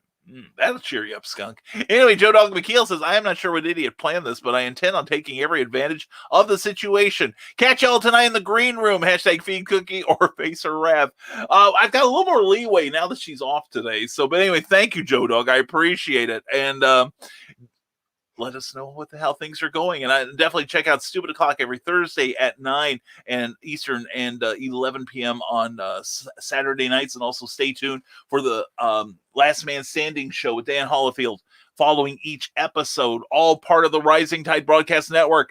And John Celestri, good morning, Brian K. Good morning to you, my friend John. I'm excited to report that I dropped off all Bloodwing Angel perks for my Indiegogo campaign to the post office this morning. All right, supporters should be receiving them soon. John, doesn't that feel good?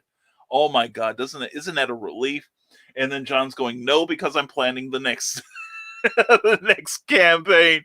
But we'll be helping you do that, John, every bit we can. All right, brother?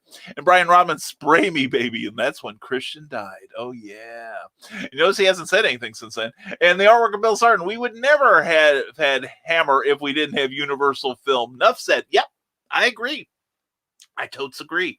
Now Hammer was my idea of a remake. They didn't copy it. But they went to the sources and found new things to explore. And plus, I love Hammer. I really love Hammer stuff. It's always Hammer time in this house. But my fondness, again, is for the Universal horror films. And I think there is some incredible acting going on. I mean, you see Bela Lugosi in the first Dracula film, and you understand why. I think he was on Broadway with Dracula before he did the film. I mean, this guy was a matinee idol. I mean, girls would like, ooh la la to him. He's handsome. He has got magnetism. His eyes, oh my God, he is in Peter Capaldi range, attack stare. He's just incredibly talented. Boris Karloff, OMG, I think he's one of the best actors ever, seriously. And Lon Chaney's portrayal of Lawrence Talbot in The Wolfman, it's like, no wonder that guy could always find work. He was a superb performer. Well, as long as you got him before noon, if you know what I mean. And Cindy Gap said July 7th at Merle Hay Mall in Des Moines, the old school gamer auction at the Iowa Gaming Classic. And she'll be there with lots of cool stuff. So please check it out and check out her work on Amazon, especially Animal Eye, her brand new book, and the first issue of Animal Eye should be heading towards you soon. Yeah, I believe it's at the printers now. And Scott Garger said this show has made me very uncomfortable today. Skunk, then our job is done. We will not rest till everyone's uncomfortable. And Brian Rodman, Bloodwing Angel is such a fun book. I agree. This is a super read. I'll be sharing my full thoughts on it on the socials here soon. I just need to sit down and do it. Yeah, definitely. And Cindy Cap has more promoting herself. Cindy, that makes me so happy. It seriously does. July 24th at Fort Dodge Comic and Toy Show, the QuadCon Fort Frenzy. Come on out to see them.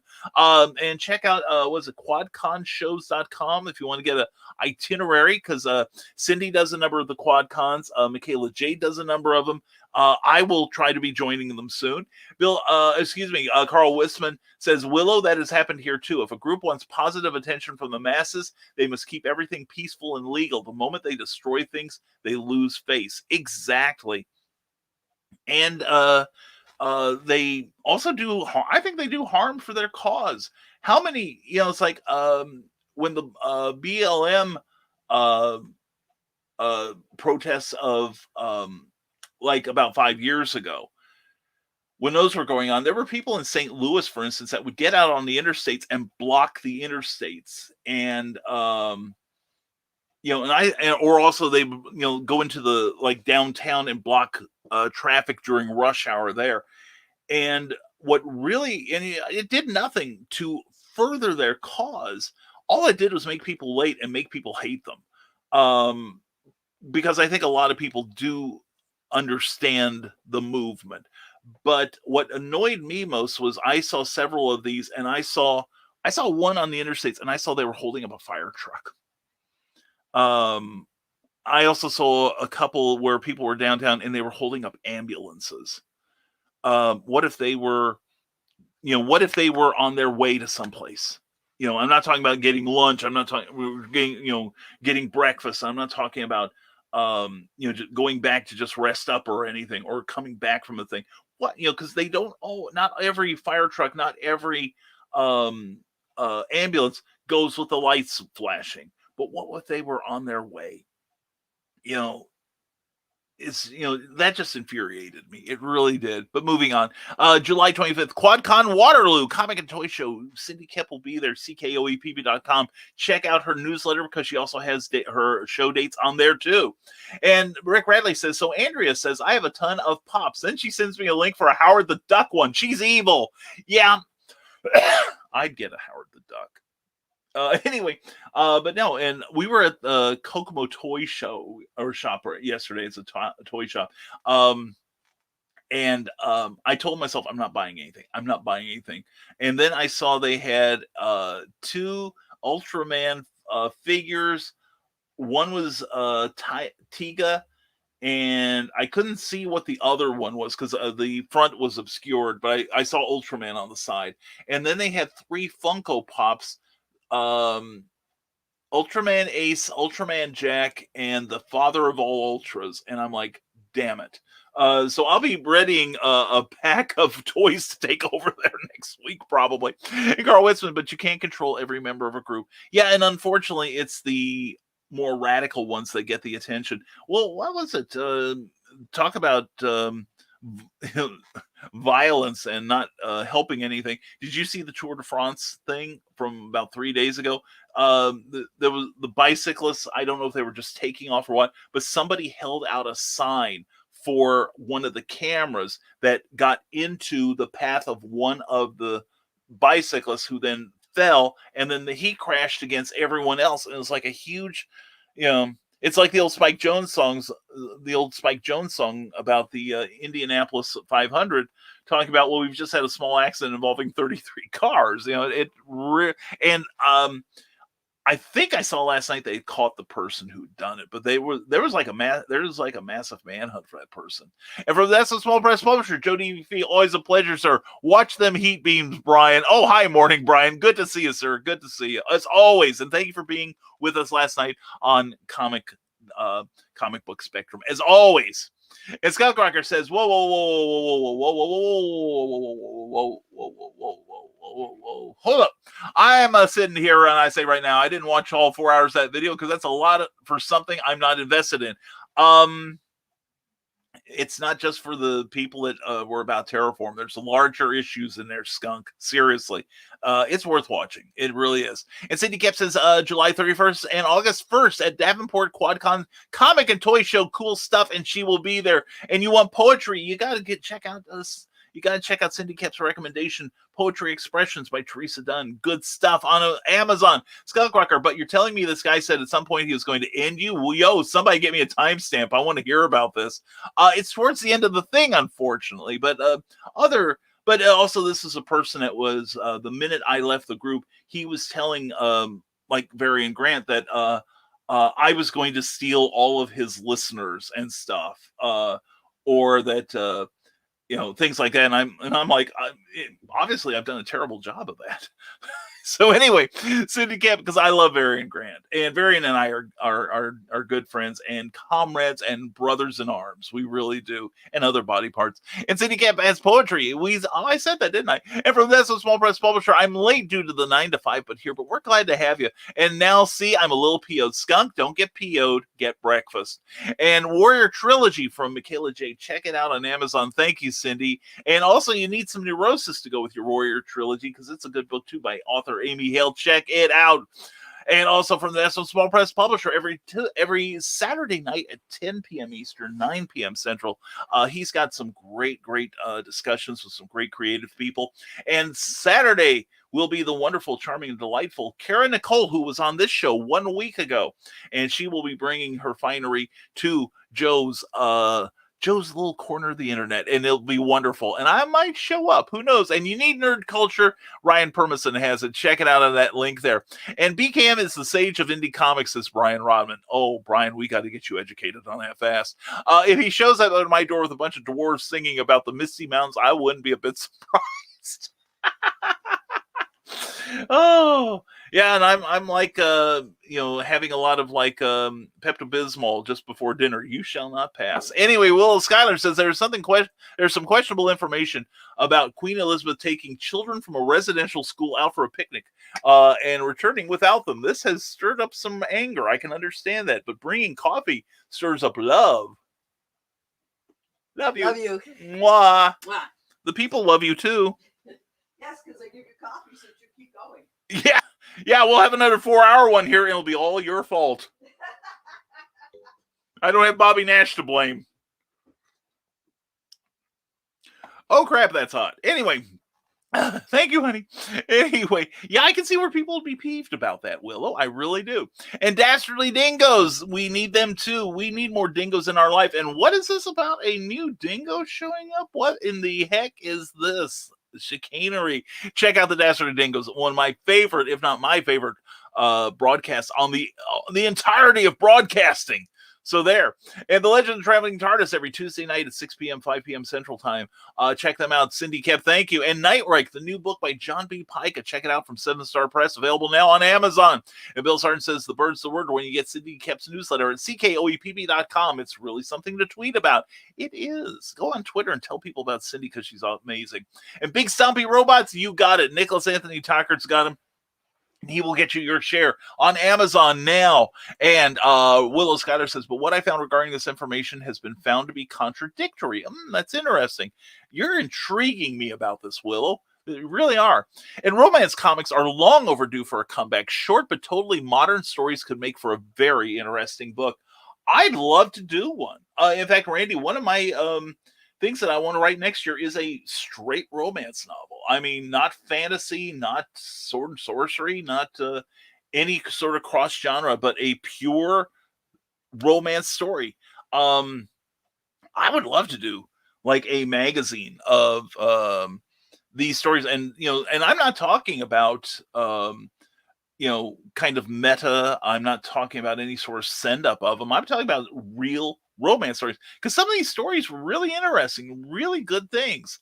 And and also there is a large demographic of people. Romance is still like the number one selling genre as far as I know. I don't know if that translates to comic books, but it could get some traction in the book industry, especially if certain people attended book shows with a lot of romance authors, if you know what I mean.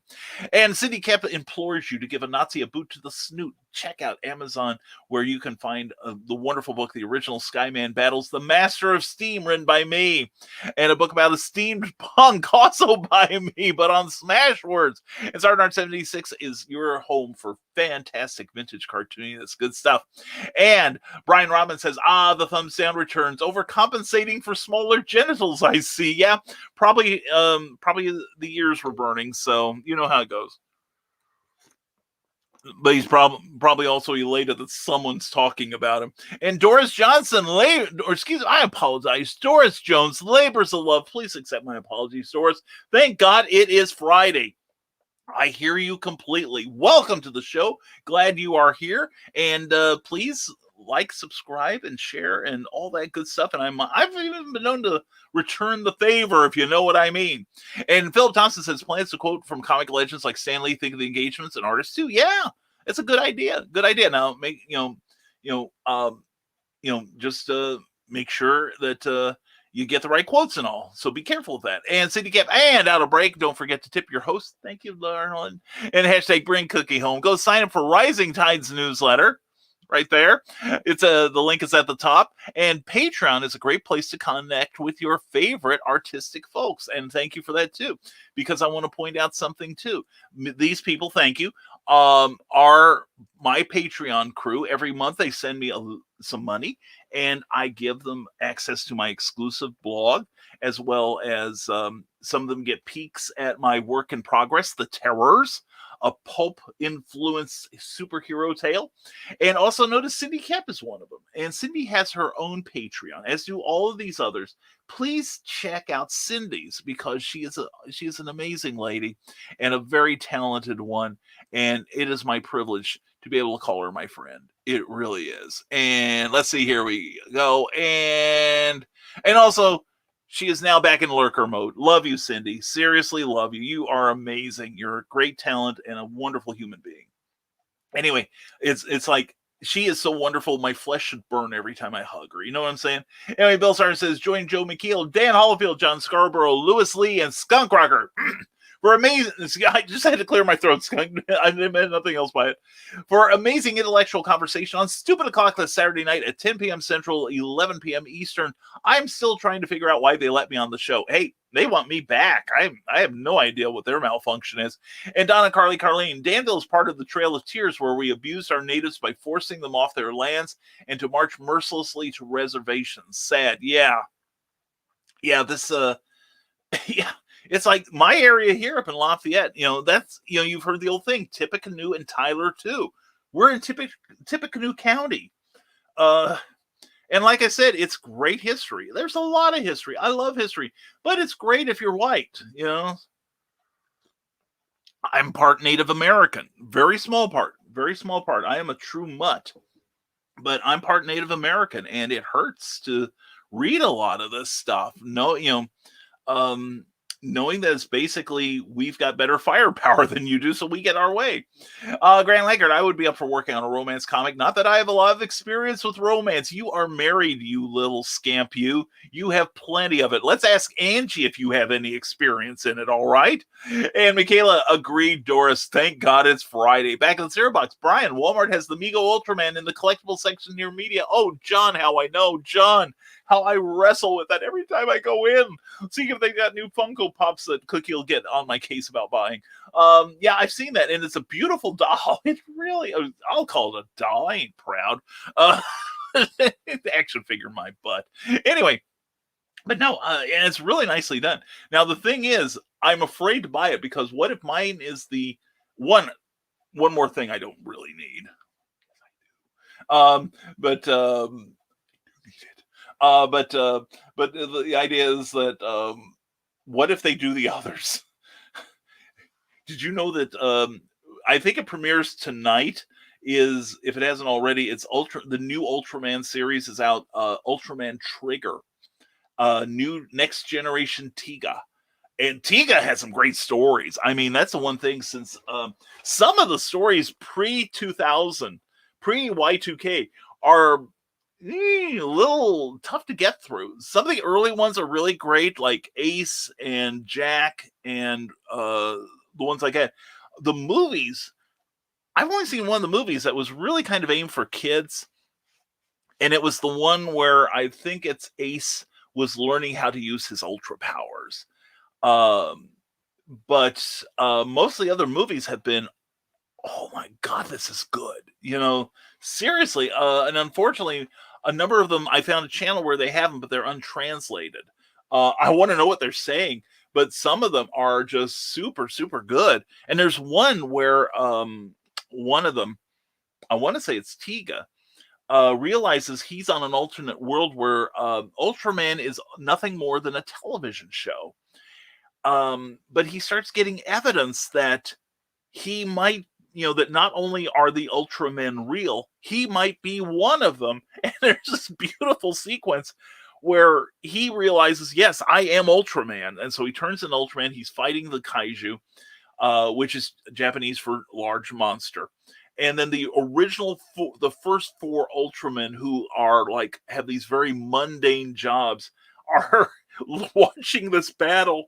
And then all of a sudden, Shin Hayata looks down at his hand, and there's the beta capsule, and then all 4 activate their powers at the same time, and Ultraman Jack strikes an Ultraman pose, and that's how he transforms, because he's probably the only one who is an Ultraman but transforms into a human, as opposed to an Ultraman that merges with a human and works off of that.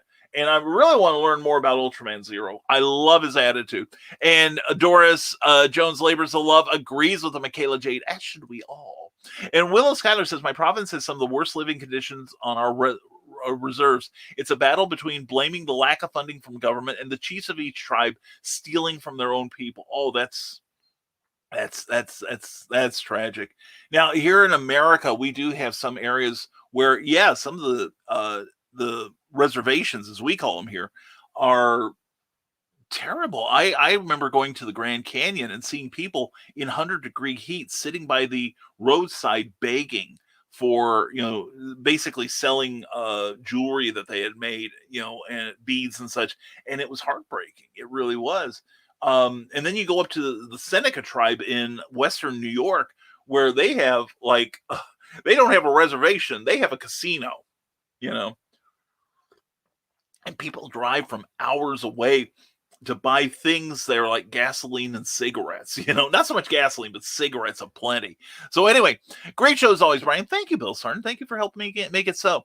And it fits perfectly. Got a boogie though. Well, I'm glad it fit perfectly. We didn't have to lube it up or anything. And got a boogie though. I hope everyone has a wonderful and safe Independence Day weekend. You too, my friend, you too. Remember that the dedication of our founding fathers and the sacrifices of our first American soldiers are reason why you are able to enjoy your fireworks and cookouts. Via con Dios, amigos. Well said, sir. Well said. And America, like many other countries, the foundation is the concrete that mixes the foundation of our nation was done with blood, was done with sacrifice. And yeah, we're not perfect, man. We are far from it. And some days you probably think that we're moving away from that goal of life, liberty, and the pursuit of happiness for all. But we try. We keep trying. And sometimes when you think things are dark, you see things get, okay, it's working. It is working. It will work. So, but we've all got to do our part. Thank you, Bill Sarn, and I'm done being political for at least 3 seconds. And I feel like there are a million things in this conversation I could comment on, but I'll let you go eat lunch. Have a weekend run, friends. Grant, congratulations on that campaign. Good luck with it. Now the fulfillment. That's always the fun part. Anyway, Grant, you and Angie have a great weekend, my friend. Want to you both, all right? And yes, Grant, it is a heavy show today. Hashtag feed cookie. Yes, it is. And I'm trying to get out of it, Carl. My apologies. And from the desk of the small press publisher, the goddess's hand comes in with the refreshing caffeinated ambrosia to remind you that it is less than 26 minutes till it's time to feed cookie. Yes, I recognize we are getting near that spot, but thank you. And also check out Joe D. McPhee from the desk of a small press publisher every Saturday night at 10 p.m. Eastern, because I love that show. I really do. Followed by the Rising Tide Broadcast Network own Joe Dog. We have a lot of Joe on. We have a lot of Joe. Especially on Saturday night, as Joe Dog will be hosting Stupid O'Clock, the more adult lights out edition. Anyway, on Saturday night. And Doris Jones Labors of Love, I appreciate you. Back at you. All right, we're glad you're here. Ted Davies says, have a great, safe holiday, everyone. Thank you, BCam. You rock harder, dude. And see you all on Drink of the Davies tonight at 6 p.m. Eastern. It will be minty. And Willow Schuyler says, enough with bringing down the group with my confused feelings. No, hun, this is the place to express them. You've got to let them out, and we are here to listen, all right? Tune in to Reels and Heels tomorrow afternoon. I will be taking over the hosting chair again. I am joined by the creator of the comic Heels, Okay, well, it's heels and reels, right? And from That's So Small Press Publisher, I will see you tomorrow, BKM. I got $5,000 on you escaping the inescapable room to see your best friend and me. Cookie's going to be on there? Anyway, but besides, we need your comments with some surprises I have in store. Oh, dear God, now my palms are sweating. Joe is lying in wait for me. I will endeavor to do my best to be there. Let's see. Tomorrow. Okay, the 3rd. Hopefully, the only thing that'll keep me out is if Cookie wants to go see fireworks. Okay, and I'm not talking about ooh la la kind. I'm always up for that though, so to speak. But anyway, no, you will have a great show, whether I'm there or not, and you rock, dude. You are awesome too, Joe. I love your show, and you are amazing, and you're a fantastic artist. And I'm just glad we're friends. I really am. And Brian Robin says, well, it's about that time. Have a safe and happy 4th, everyone. Our country is jacked up, but I'm happy and blessed to live here. Be mindful of veterans and fur babies this weekend. Yeah, be mindful of anybody that doesn't like surprising booms. So, and I say leave pyrotechnics to the experts. And things happen. Like I was at a cookout a number of years ago. I will not say where or with whom, except it was in Vermilion County. I will say that. And somebody was doing an amateur fireworks show, and it was doing a good job of it. Then somebody who was basically had a healthy breakfast of cornflakes in a can. In fact, several of them. Went up and decided he was going to help and almost set a cornfield on fire. Actually started to, and also that same one, after that, a bottle rocket that was included with the fireworks kit came about yay close to hitting me in the eye. It was a terrifying thing. It's not been attempted since. So anyway, hashtag keep Cookie home and hashtag laugh like King George. You bloody terrorists over there in the colonies, we'll show you. We're going to get you hooked on Downtown Abbey. Last laugh. Hashtag laugh laughs. Anyway, Carl Witzman, you are okay, Willow. I have native blood too. It wasn't only your comments. I know, and I got off on it too. I'm sorry, Carl. My apologies. And I get where you're coming from, Brian, but it's 4 hours of people being like, this guy is a jerk, and I get it. You really... you don't have to tell me everything because I trust you all. He is. And that was the point of the thing. But him specifically going after you, that is what's setting me off because, hey, you left Terraform early in its creation and you're a really nice guy, unlike this tweet. Well, thank you, Skunk. I appreciate it. Actually, Terraform was made up of a lot of nice people who, like with cults, Randy Zimmerman has some history with cults. And he was pointing out this is textbook stuff where basically it's divide and conquer. The minute I'm gone, he starts telling somebody, he thinks you suck. He doesn't like you. And then as each person, he gets in tighter with the other one, he worms his way in to try to take over things. He tried to take over our shows too. And I put the kibosh on that. And same with Varian Grant and Indy Volt. And then as it goes, then he picks up new followers, which now he's in the process of doing. And he is pretty much ignoring Facebook, I understand, and going after people at YouTube because they don't know him. So, but our purpose is to inform people. So, and Mego also did a Rocketeer figure. I have both him and Ultraman. Yeah. That was a beautiful Rocketeer figure. That really was, John. And definitely check out Back of the Cereal Box tomorrow morning, Saturday mornings at 9 a.m. because it's awesome, and so is John Pica. And I gave the video a like on YouTube, but I really don't know if I could sit through the whole thing. Scott Crocker, there were times I wasn't sure I could sit through the whole thing because keep in mind I left early and I didn't ask about what Terraform was doing. I asked how it was doing, and I asked how people were doing in it. Checking up on them, make sure they were okay. But I didn't. There's about I'd say there's probably about 80% of what was talked about on that show I didn't know before that.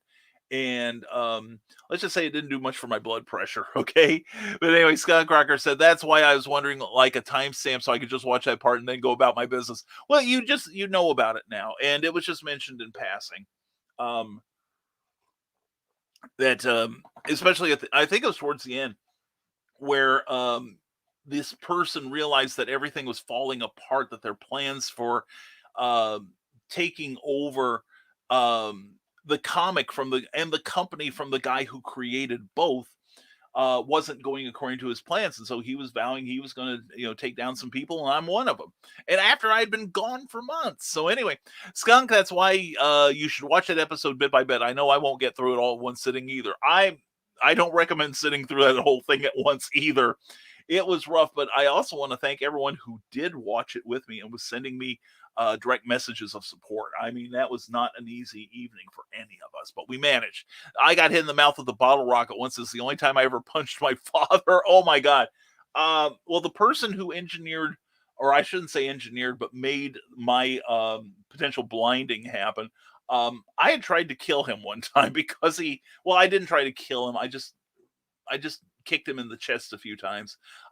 He for some reason thought it'd be funny to swing a fireplace poker at my head and almost hit me. So I disarmed him and kicked him onto a couch and then proceeded to treat his sternum like a trampoline. I was a little annoyed. John B. Pica, what episode of Indie Volt was that? This was from last Sunday evening. It was an Indie Volt special, John. So you can check it out there. And I would really like to know who this guy is so I can keep others from falling for his snake-like charm. Willow, send me a DM and I will give you his name. I am blocked from him, so I can't give you more than that. And the Scout Cracker says, I don't know if Nick is the right term. From what it sounds like, he's more like Jim Jones. Exactly. And he keeps force feeding Kool-Aid. I pushed myself away from the table early. And I had been calling him on some of his behavior, which is why he won. I kind of think he kind of set up the things by which I would find a reason to leave the group. And I did.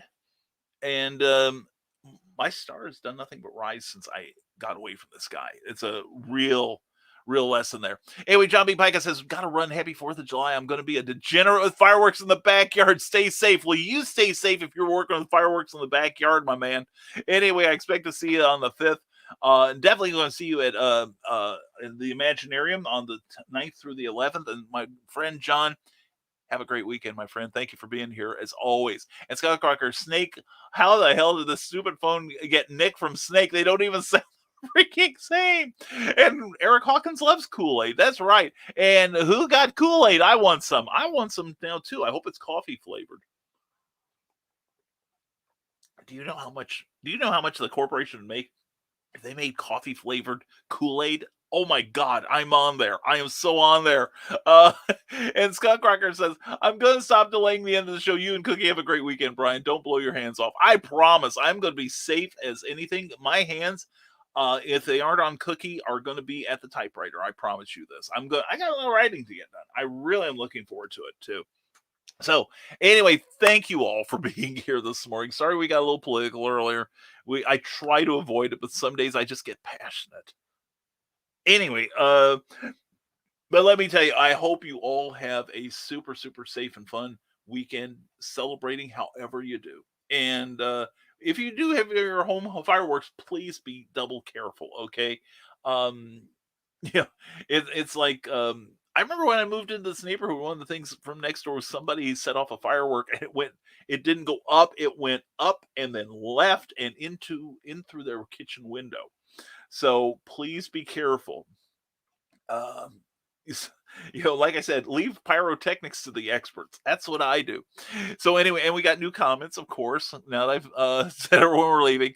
And Rick Bradley going to end Brian K. Morris, not the Nevermorians have anything to say. This rising tide will come a crashing. It is. I keep saying that the rising tide moves in both directions. It ebbs and flows. And I am fortunate that I have got great friends like you guys, and it has done nothing but be good for me. But by the same token, the people that try to take advantage of that or of the Nevermorians, doesn't go well. Anyway, I'm gonna put the CBS logo on a tank top. Do it, man! I keep telling you got permission to make it. Rick Bradley, everyone take care and stay creative. Love you, brother. Love you too, Rick. Looking forward to hanging with you at BirdCon later this year. Looking forward to the Imaginarium 1 week from today. Don't forget, Friday morning, next Friday morning, we will not have a Nevermind the Furthermore, unless one of my stunt doubles wants to do it. But that's going to be 3 days of writing excellence and a lot of great people selling their books, and I will be selling mine as well.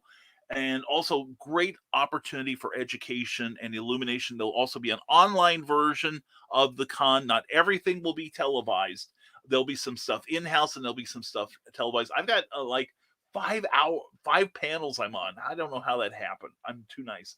But 2 of them will be online. But check it out. Go to entertheimaginarium.com for more information. And speaking of information, you want information and education? We got it both on the Rising Tide Network. Please, please, please take a screenshot of this. Now, we've got some new shows coming up in the immediate future, such as The Truth Mongers, starting July 14th, Wednesday night, with Ted Davies and Glenn B. Fleming. That's going to be an exciting show. I'm really looking forward to that. And Keisha Acuff is going to jump on with her unique kind of interactive talk show too. I'm really looking forward to getting that going. Plus, we got the good stuff coming.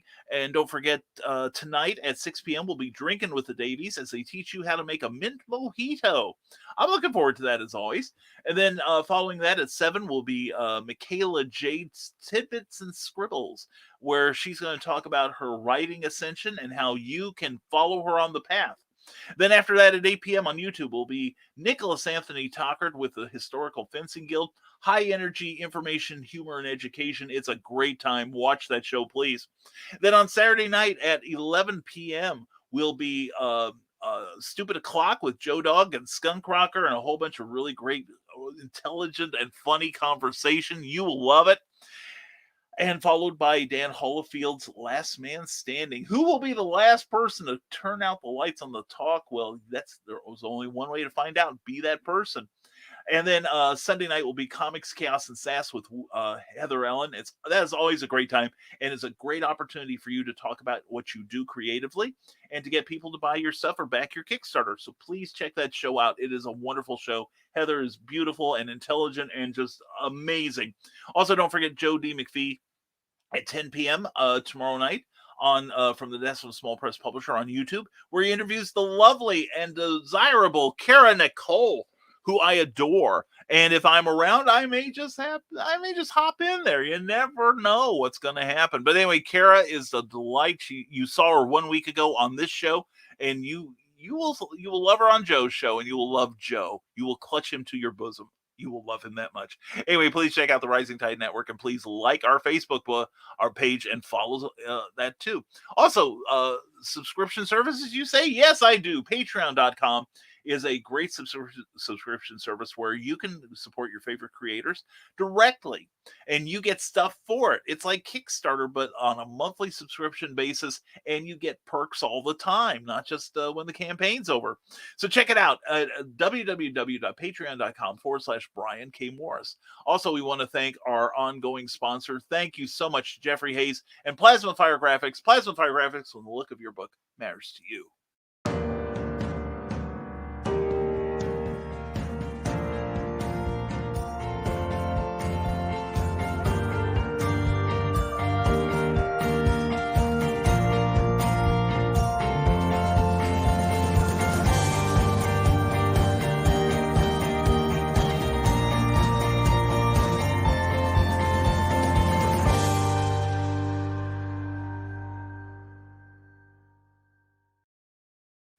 They do great work, don't they? Plasma Fire Graphics. Check them out for your book covers. Bobby Nash did, and he got this cover made for my newest book, Snow Ambition, the 4th in the Snow Short series. It's a quick read crime thriller featuring Abraham Snow himself by me. It's available right now from Amazon for only 99 cents. Please check it out. It's awesome. And so are you. Thank you all for being here. As always, I appreciate you all greatly and appreciate your comments, appreciate your caring, your love. And let's see here, what else we got? And Willow Schuyler says, if anyone wants to do some fun discussions for Pillow Talk while I'm off work, let me know. Have a great day. Willow, much love to you, hun. Hope you have a great weekend. And you too, Eric Hawkins, we need more info on BirdCon. The Facebook page ain't got crap. It's going to be a great show. I will talk more about it, that'll be September 4th at the Bonin Business Center, 540 North Commercial Street, Harrisburg, Illinois. And all you need to know is I'll be there.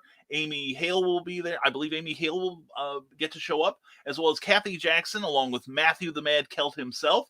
And Rick Bradley will be sitting next to me, possibly on my lap, if he pays enough money. BirdCon is going to be really good. And I think they're still putting together the guest list. There are going to be some guests. But contact Scott Reed for more information. And don't die feed Cookie. I will do that for you, Willow. Love you, hun. And Skunk Cracker says, well, Willow, I'm not that fun, but you have all the fun you want. You are fun, Skunk. Shut up. You are fun. Damn it. Anyway, bye, y'all, says Donna Carlene. See you in the green room if you're not watching the Rising Tide stuff, or do both. Okay? It's possible to multitask, but I will probably be in the green room for a little bit tonight. Okay. Anyway, much love, Donna. Mwah. Thank you. Thank you, Carl, for being here. Thank you, everyone. And I think that's it for now. So we're going to run the close to the show, run a couple ads of some people we love. And I love you. Thank you all. Thank you all for your ongoing support. In the light of the Indie Volt special last week, we opened a lot of eyes, and I appreciate everyone that reached out to me to make sure I was okay. Aside from not having any coffee, I was pretty good. Anyway, I hope you have a great holiday weekend, and hope you get to see some fireworks. Hope you get some beauty in your life. Hope you get to spend time with people you care about and that care about you even more so. And like I said, it's a time to remember people who have given their lives so that the rest of us can do fluffy shows like this one, or publish books about Santa Claus made from the living dead, or reading cool Superman books like Up, and Away. I like that. Or putting on shows like Clever Title Pending and Comic Book Spectrum, and letting us hang out with each other and be able to talk fairly freely. Okay. So anyway, folks, thank you all for being here. Sincerely, thank you all. And as always, as soon as I get my cursor to the right place, have a super 4th of July weekend. Everyone have a great Independence weekend. We love our Canadian neighbors. Hope your Independence Day went well. Hope you get to celebrate a little this weekend. And as always, folks, stay smart, stay safe, wash your hands, and never, ever, ever, ever apologize for being awesome. You don't know how awesome you people are. You really don't. And I hope I'm here every day to tell you that, all right?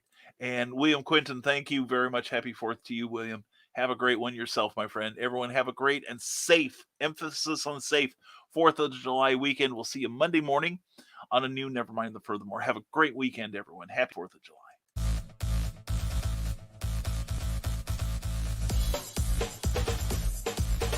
Thank you for watching Nevermind the Furthermore, a Rising Tide broadcast network production. If you enjoyed any part of this show, please give it a like or a thumbs up and share it with your friends. Also, please subscribe to our YouTube channel and consider becoming one of our Patreon supporters. Thanks again, and we'll see you next time on Nevermind the Furthermore. Author Cindy Kep is writing on the edge. Books include Remnant in the Stars, The Loudest Actions, Lines of Succession, Mindstorm,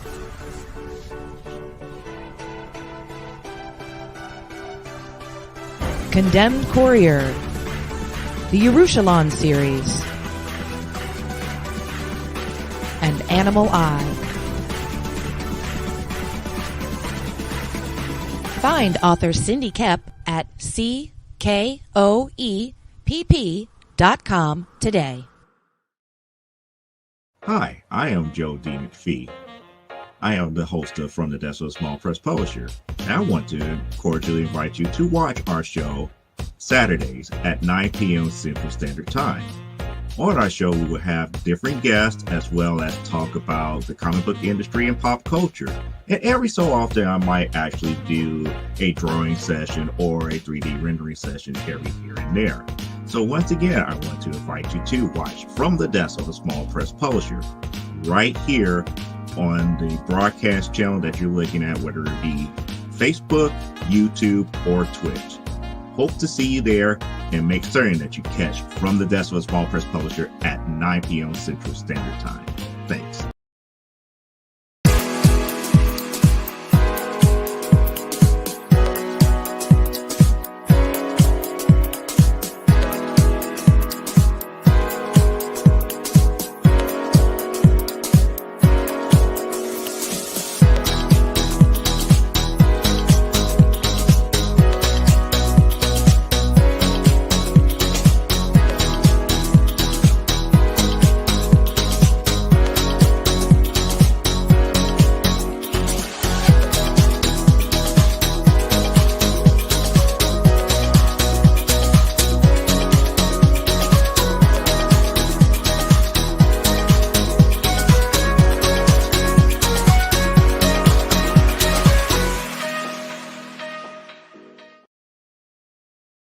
Reels and Heels is a podcast that discusses movies, television, wrestling, and more. With a rotating guest list of friends and filmmakers alike, Reels and Heels salutes the creative arts of all kinds. Join Brian Winzeloff and Nicole Jobin live every Saturday at 2:15 p.m. Eastern Standard Time for Reels and Heels.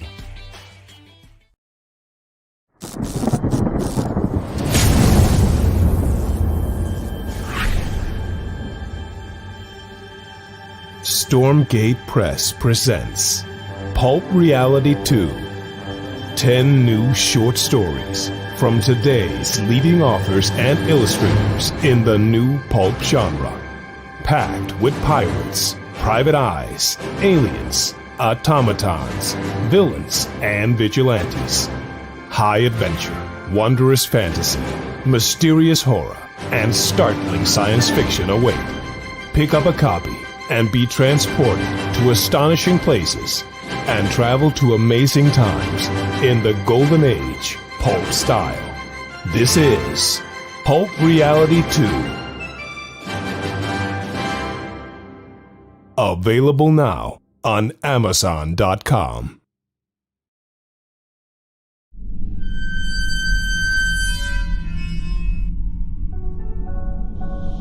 Southwest of Chicago, there is a small, secluded cemetery known as Bachelors Grove, and it is one of the most haunted places in the United States.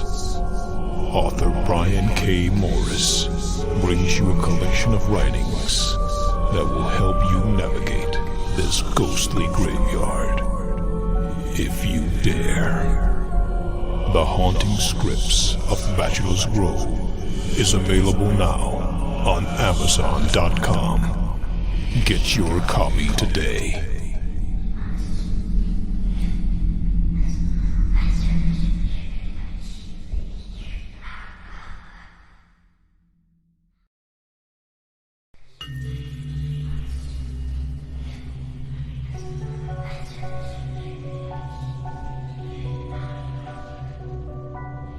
Go thee to thy rest, O Shades.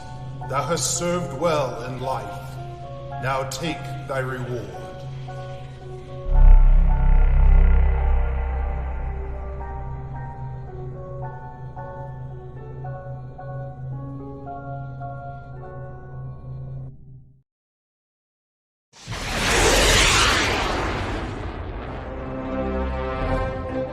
From author Brian K. Morris comes a classic hero in a high-flying, fast-paced, and action-packed steampunk adventure. The original Skyman battles the Master of Steam with an introduction by comics icon and historian Roy Thomas. A Rising Tide and Ace Comics publication. Available now in print or digital format on Amazon.com.